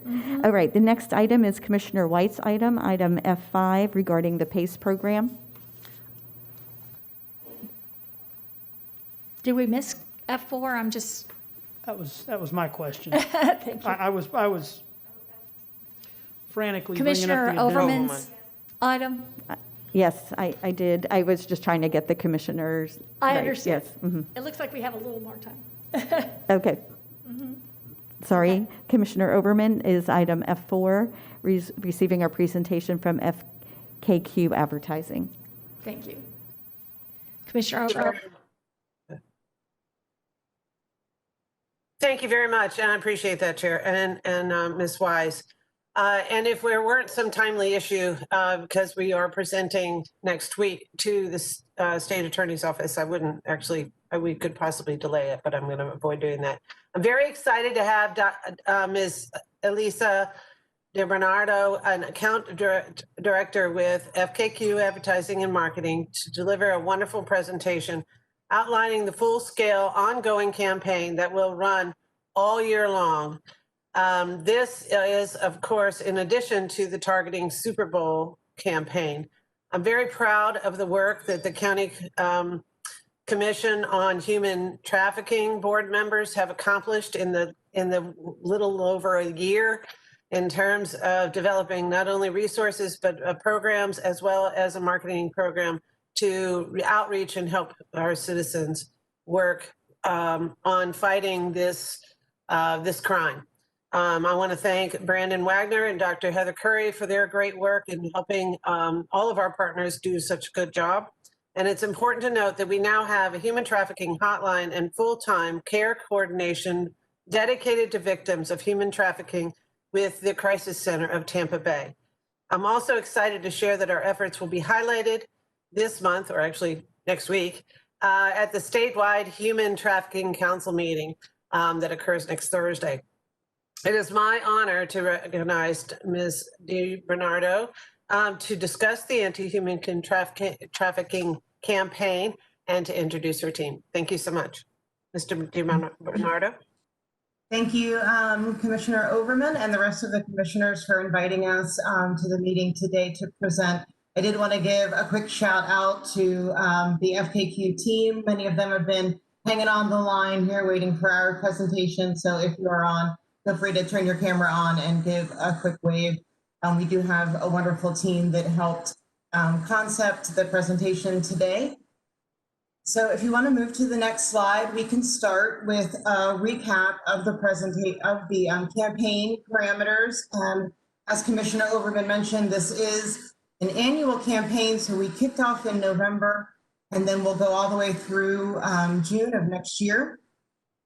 We do have a bit of a heavy up in the November, December time period due to the Super Bowl coming. But we know this is activity that occurs all year long in our community, so the campaign will have sustaining efforts that go farther into the region and into Plant City. Our target audience for the campaign are really residents of the Tampa Bay region, but we also want to speak to our visitors that are going to be here for the Super Bowl as well as all year long. And the campaign should also reach hotel employees and other businesses where the activity may occur. And this is an overlay to the Hillsborough Heroes program that specifically targets them for training. When we were creating the creative messaging, it was really important that we use the campaign to rally the community around this issue versus it being a scare tactic or something that seems disparaging to Tampa Bay. We also wanted to be diverse in terms of who we were representing as potential victims. And it was really paramount to the communication that we let people know how to report the activity if it's suspected. So how will they know if this activity is going on, where there are some signs that we can educate the community on looking at? And then we know as we get deeper and it's even beyond the signs and kind of learning the story at who may be at risk. So if you want to advance to the next slide, we'll take a look at what the objectives and strategies were for the campaign. Really, the objectives is centered around the mission of the committee, which is to raise awareness around the issue of human trafficking. A lot of people aren't aware that it's going on in their community. Recognize the signs, kind of what it looks like, how to spot it, and then, of course, how to report that activity. The strategy, as I mentioned, was really one about education and empowerment and how we can unify Tampa Bay in recognizing these signs and helping to stop it in our community. So the next slide is the campaign concept. It's Don't Buy It Tampa Bay. And on the next slide, we'll take a look at really what that means. So this can speak to a potential victim or a customer, and also communicate the community at large at who could be potential victims and the truth about these crimes. So to speak to the victim, it's really about don't buy the lies. And then, of course, how to help spot potential victims, which is, don't buy this menagerie that's hidden in plain sight. And for those that are potential customers, help them recognize that human beings are not for sale and that this really isn't what consent looks like. So on the next slide, we'll take a look at some of the creative concepts, and these are outdoor mock-ups. And you'll see throughout the campaign that there's a lot of diversity that we're showing through these images. And the headlines are things like "Paying for Sex Allows Human Traffickers to Exploit Their Victims." To report, text city tip to 847441. Don't buy it, Tampa Bay. The next board says victims of human trafficking are hidden in plain sight. And then we have our report number and our Don't Buy It, Tampa Bay. The next is victims of human trafficking are hidden in plain sight. And this is where you'll see where we can use the different images to depict different potential victims. So go ahead and go to the next and the next. And then this next one really gets into beyond sex trafficking, which we know is kind of the most prevalent, but we also have workforce trafficking or labor trafficking as well. So we have a couple of layouts that will speak to that. So human trafficking victims are forced to work for no pay. And the next one, we depict an older gentleman. And then on the next slide, we look at social media. And this is a Instagram carousel. And it says, by the time you finish reading this, someone else will become a victim of human trafficking. If you don't know the signs, it could be you. And it gives our contact information. And then on the next slide, we see these are display ads, and these can be targeted around specific areas where events may occur. So human trafficking victims are hidden in plain sight. Human trafficking is a crime built on lies and exploitation. And then some of the other headlines here are human trafficking victims aren't allowed to talk. And this may be, again, a nuance around their ability to communicate what's happening to them. Human trafficking victims need your help. It's a call to the community. Human trafficking is a crime built on lies and exploitation, which reinforcing that message. And then on the next slide, we see that we have some additional outdoor units, and these are vehicles. They're actually on the road today, so you might spot them. They are food delivery as well as Uber and Lyft vehicles that are wrapped with our message. And on the next slide, you'll see we're also going to be wrapping Heart buses. We have a couple of buses contracted, and Heart is going to be contributing additional space on a number of buses, the terminal station, as well as these shelter posters. You should see those coming out pretty quickly as well. And then just a reminder of the full media mix, because the creative that we're showing here today is mostly the print and outdoor and kind of graphic elements, but we do have a partnership with WFLA, and it's important to note that the overarching budget for a campaign like this and really to lift it off the ground was quite small. So our FKQ media team has worked with the local media partners to really expand on that budget with PSA placements, as well as additional longer schedules and additional bonus placements. So there's a lot of contributions coming in to support the campaign. We're really excited to announce that for our TV sponsorship, we have, as you know him, maybe Titus O'Neil, a local WWE celebrity and someone who has a real heart for this cause, is going to be acting as our spokesperson for our 30-second TV spots. We're also partnering with our iHeartRadio and other radios in the market to have a 30-second spot schedule. You may also hear these already running on air. And then as we saw, the high-profile outdoor, these will be located around those key Super Bowl areas, as well as on major corridors, 75 and I-4, and then moving out into Plant City. And then our digital and social campaigns will launch closer to around the Super Bowl. And then also in a full added value, no charge at all, we are doing some magazine and newspaper print ads. And the next slide just gives you a schedule of the activities. So as you can see, we do have some pacing around the Super Bowl, but then the activity will extend throughout the year.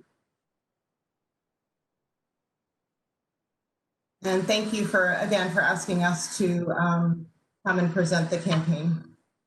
Thank you, Ms.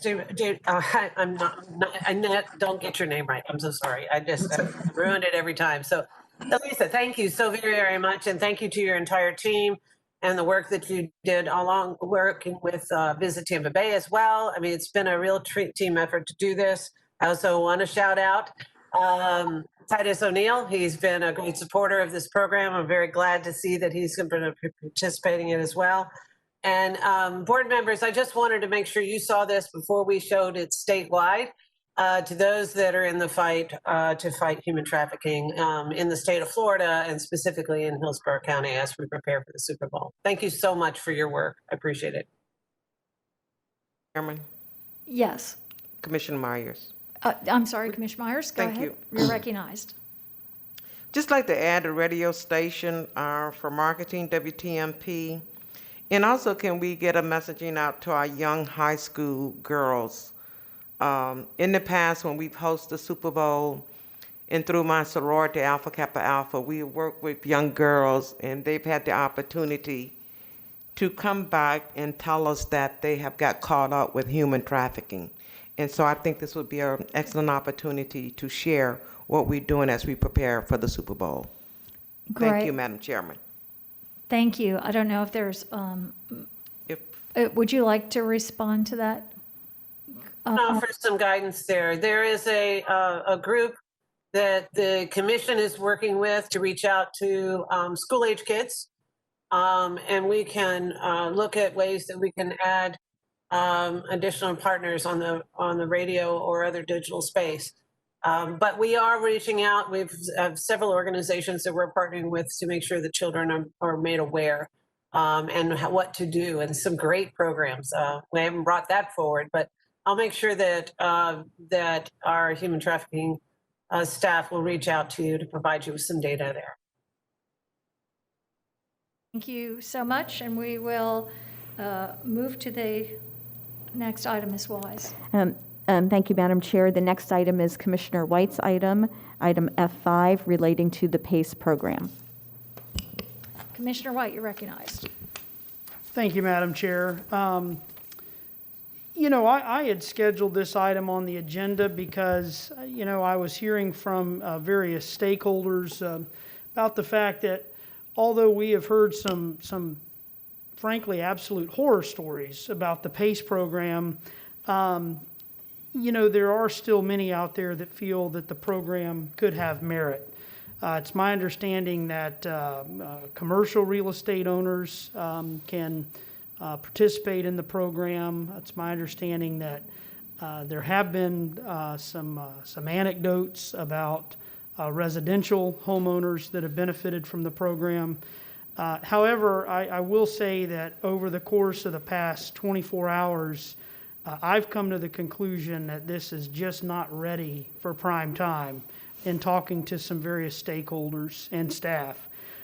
So in an attempt to be brief, what I'd like to do is just not ask for an extension as I had indicated in the published motion, and to not ask for any sort of a report or workshop for the board at this point, but simply to make a motion that we allow Ms. Wise and her staff to just engage in a conversation with the stakeholders to see if there's some way to bring to renew or bring a plan back to the board that would perhaps re-implement the PACE program with stringent consumer protections in place. And I will say for the record, and I've been clear with staff on this from the very beginning, even with the item as originally published, it was not a foregone conclusion that I would have supported a permanent reinstatement or renewal of the PACE program. I simply would just like to see staff just have the conversation with stakeholders and talk to the commissioners if she feels that there's something that can be brought back to the board, and then based upon that, allow her the opportunity to schedule something if that's what she so chooses.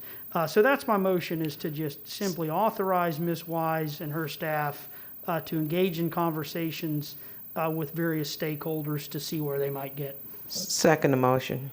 Okay, we have a motion by Commissioner White, second Commissioner Myers, and I see there's some discussion. Commissioner Overman, you're right. Thank you. And Commissioner White, thank you very much. I too believe that we have an opportunity to look at the program and see where there's opportunity. I'm glad that we could go back to the staff and do this. We have had 90 days for them to come back with an option that was more complete than what I did see in the materials that back up this information. Well, it's a good step, but I don't think we're quite there. And I was also concerned about continuing to do business until we had changes. So I think it is a good idea to give those stakeholders an opportunity to come back, recognizing that proper underwriting is one of my biggest issues, and interest rates charged associated with a first place lien. I'd look forward to have more and more conversation and have a program that really works with the consumer protections we're looking to see with this program. And I'll stop there. Thank you. Commissioner Smith, you're recognized.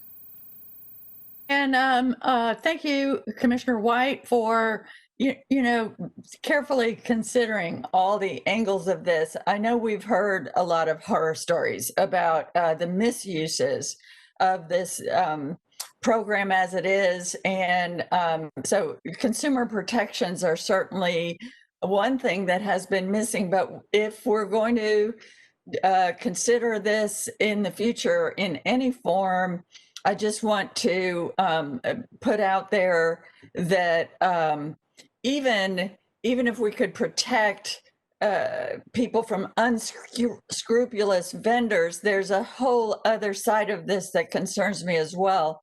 And that is whenever our county is making loans to people, like we do for this, and like we have for this, and like we have for the water assessment programs. The problem is all the fees that get put on this that ends up making it a bad financial deal.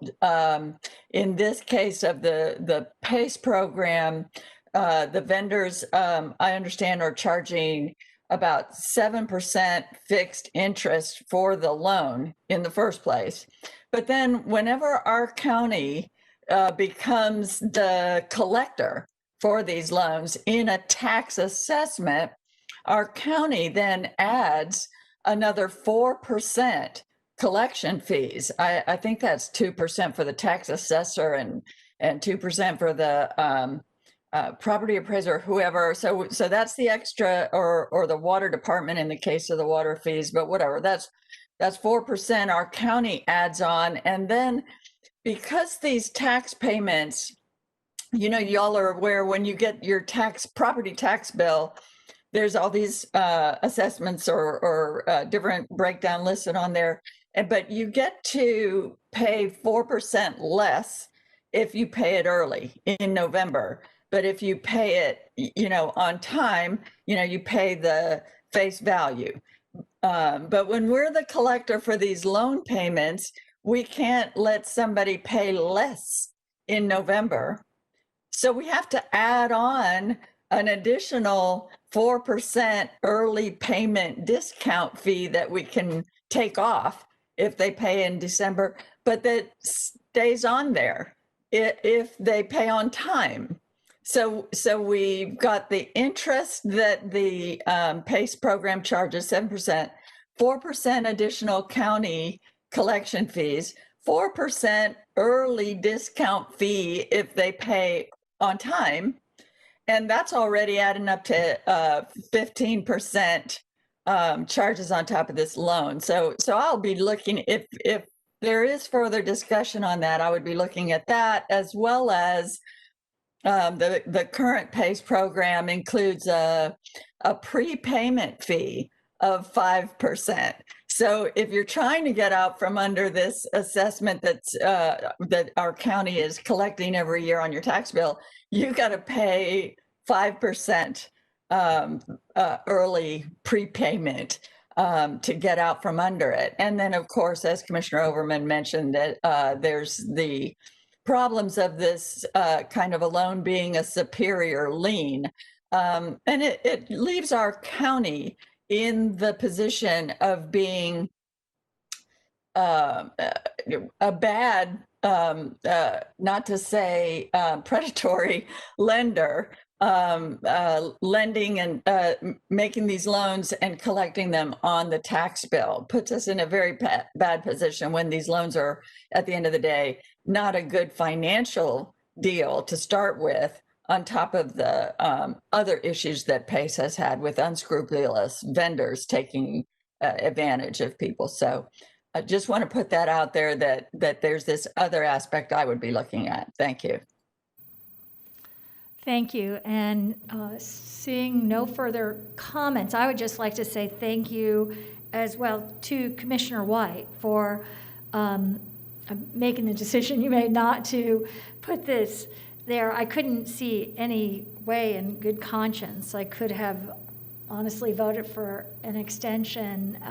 I went over, as I usually do, just trying to pull information from other communities and see, and I was surprised to just find out that a couple months ago in Los Angeles County, one of the largest counties in the nation, decided that they could no longer, they discontinued their PACE program that started in 2015. California has been a leader in this because of the extreme predatory practices, those who had lost their homes, the kinds of impacts that the program had. As well, there's other counties in Florida that are facing that and having difficulties, including, as many of us know, maybe a county right to the north with the tax collector, Mike Fasano, who I think has really suggested way, way, way tighter controls and has had issues with his office. One thing I noticed with further discussion is that, and I was a little surprised to find out, is that most of the places in the country are strictly, they do strictly these loans to commercial entities, not to residential.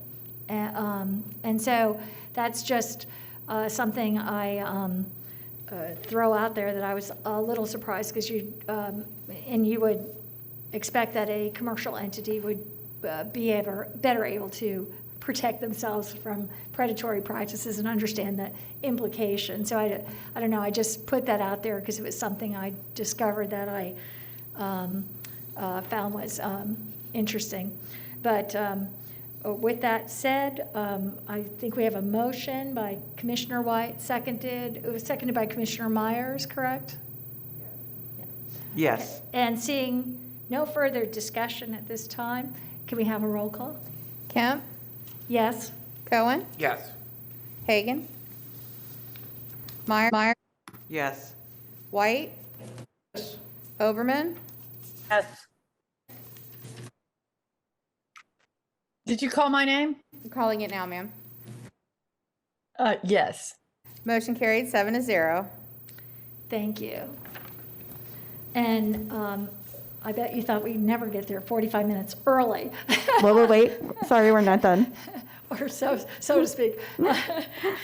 We need to go back Ms. to item Wise. G1, please. Okay, item G1. Yes, Let's move back G1 is a receiver report from management and budget regarding the update on COVID-19 programs and activities.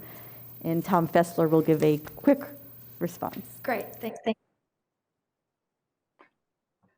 Good afternoon, Commissioners. Tom Fessler, Interim Chief Financial Administrator. I will, in the interest of time, I will keep my report very brief this morning. Just go over some good news that I have. The report basically is just providing you an update on information that's been presented at previous meetings. So what I'll focus on very quickly is just our R3 programs, our small business program, and our mortgage rent utility program for individual households.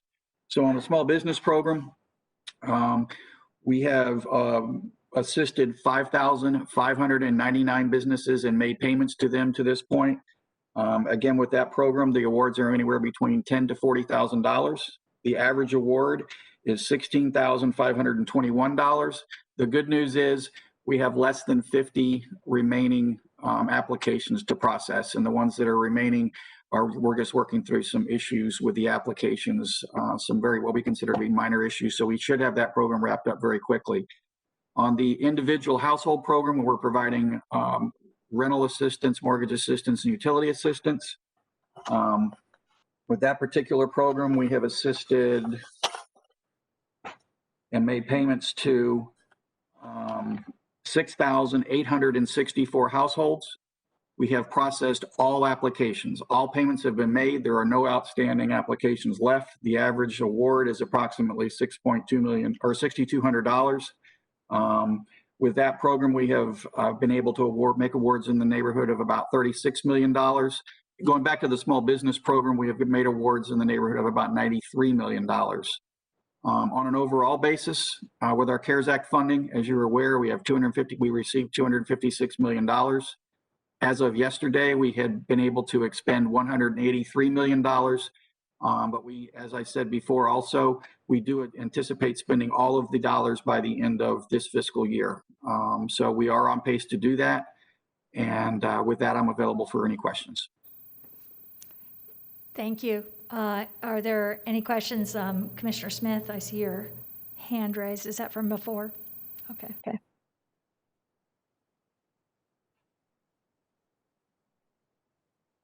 None, and do we need a vote to receive? I guess we need a vote to receive this report.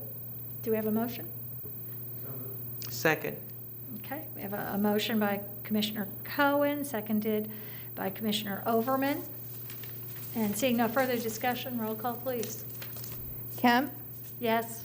Cohen, Yes. Myers, Yes. White, Yes. Hagan, Yes. Overman. Commissioner Overman, Yes. Smith, Yes. motion carried 7-0. All right, and just to note, we will have the presentations that were originally scheduled for E2, E3, and E4, and we will have those at the next meeting. And then all that is left are future discussion items. Okay. Future discussion items. Is there Commissioner Smith?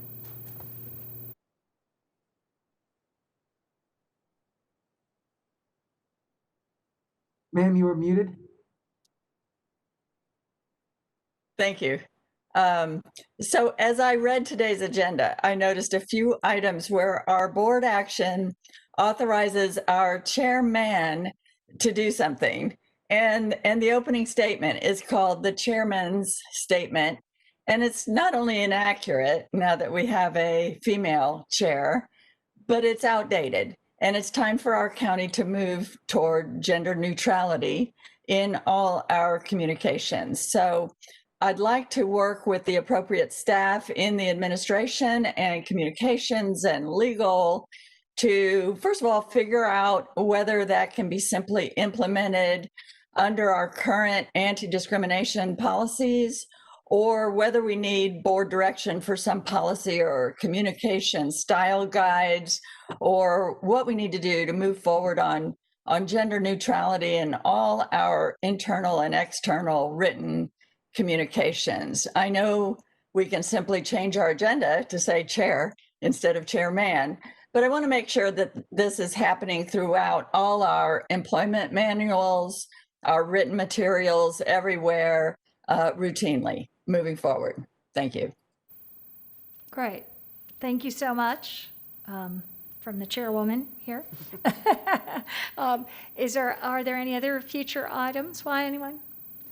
I have one future item kind of request, and I had been discussing and had raised it some time ago with regards to the wetlands density credit. I know I'm not the only one as well who has asked about this.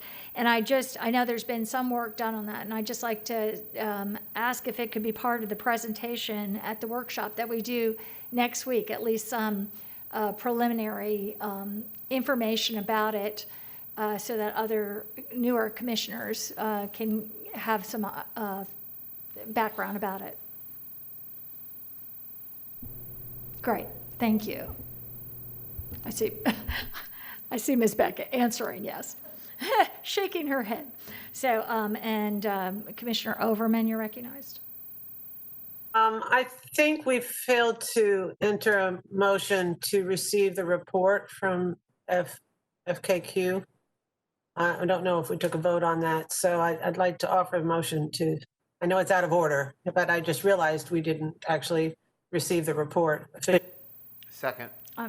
Okay, so we have a motion by Commissioner Overman, seconded by Commissioner Cohen. Is there any problem with just taking this? Thank you. Roll call. Kim? Yes. Cohen? Yes. Myers? Yes. White? Yes. Hagan? Yes. Overman? Yes. Smith? Yes. Motion carries 7-0. Great. Any other business, any other future items? We all set here? Great. Wonderful meeting. Thank you to everyone, and we'll receive those other presentations at the next meeting. Thank you.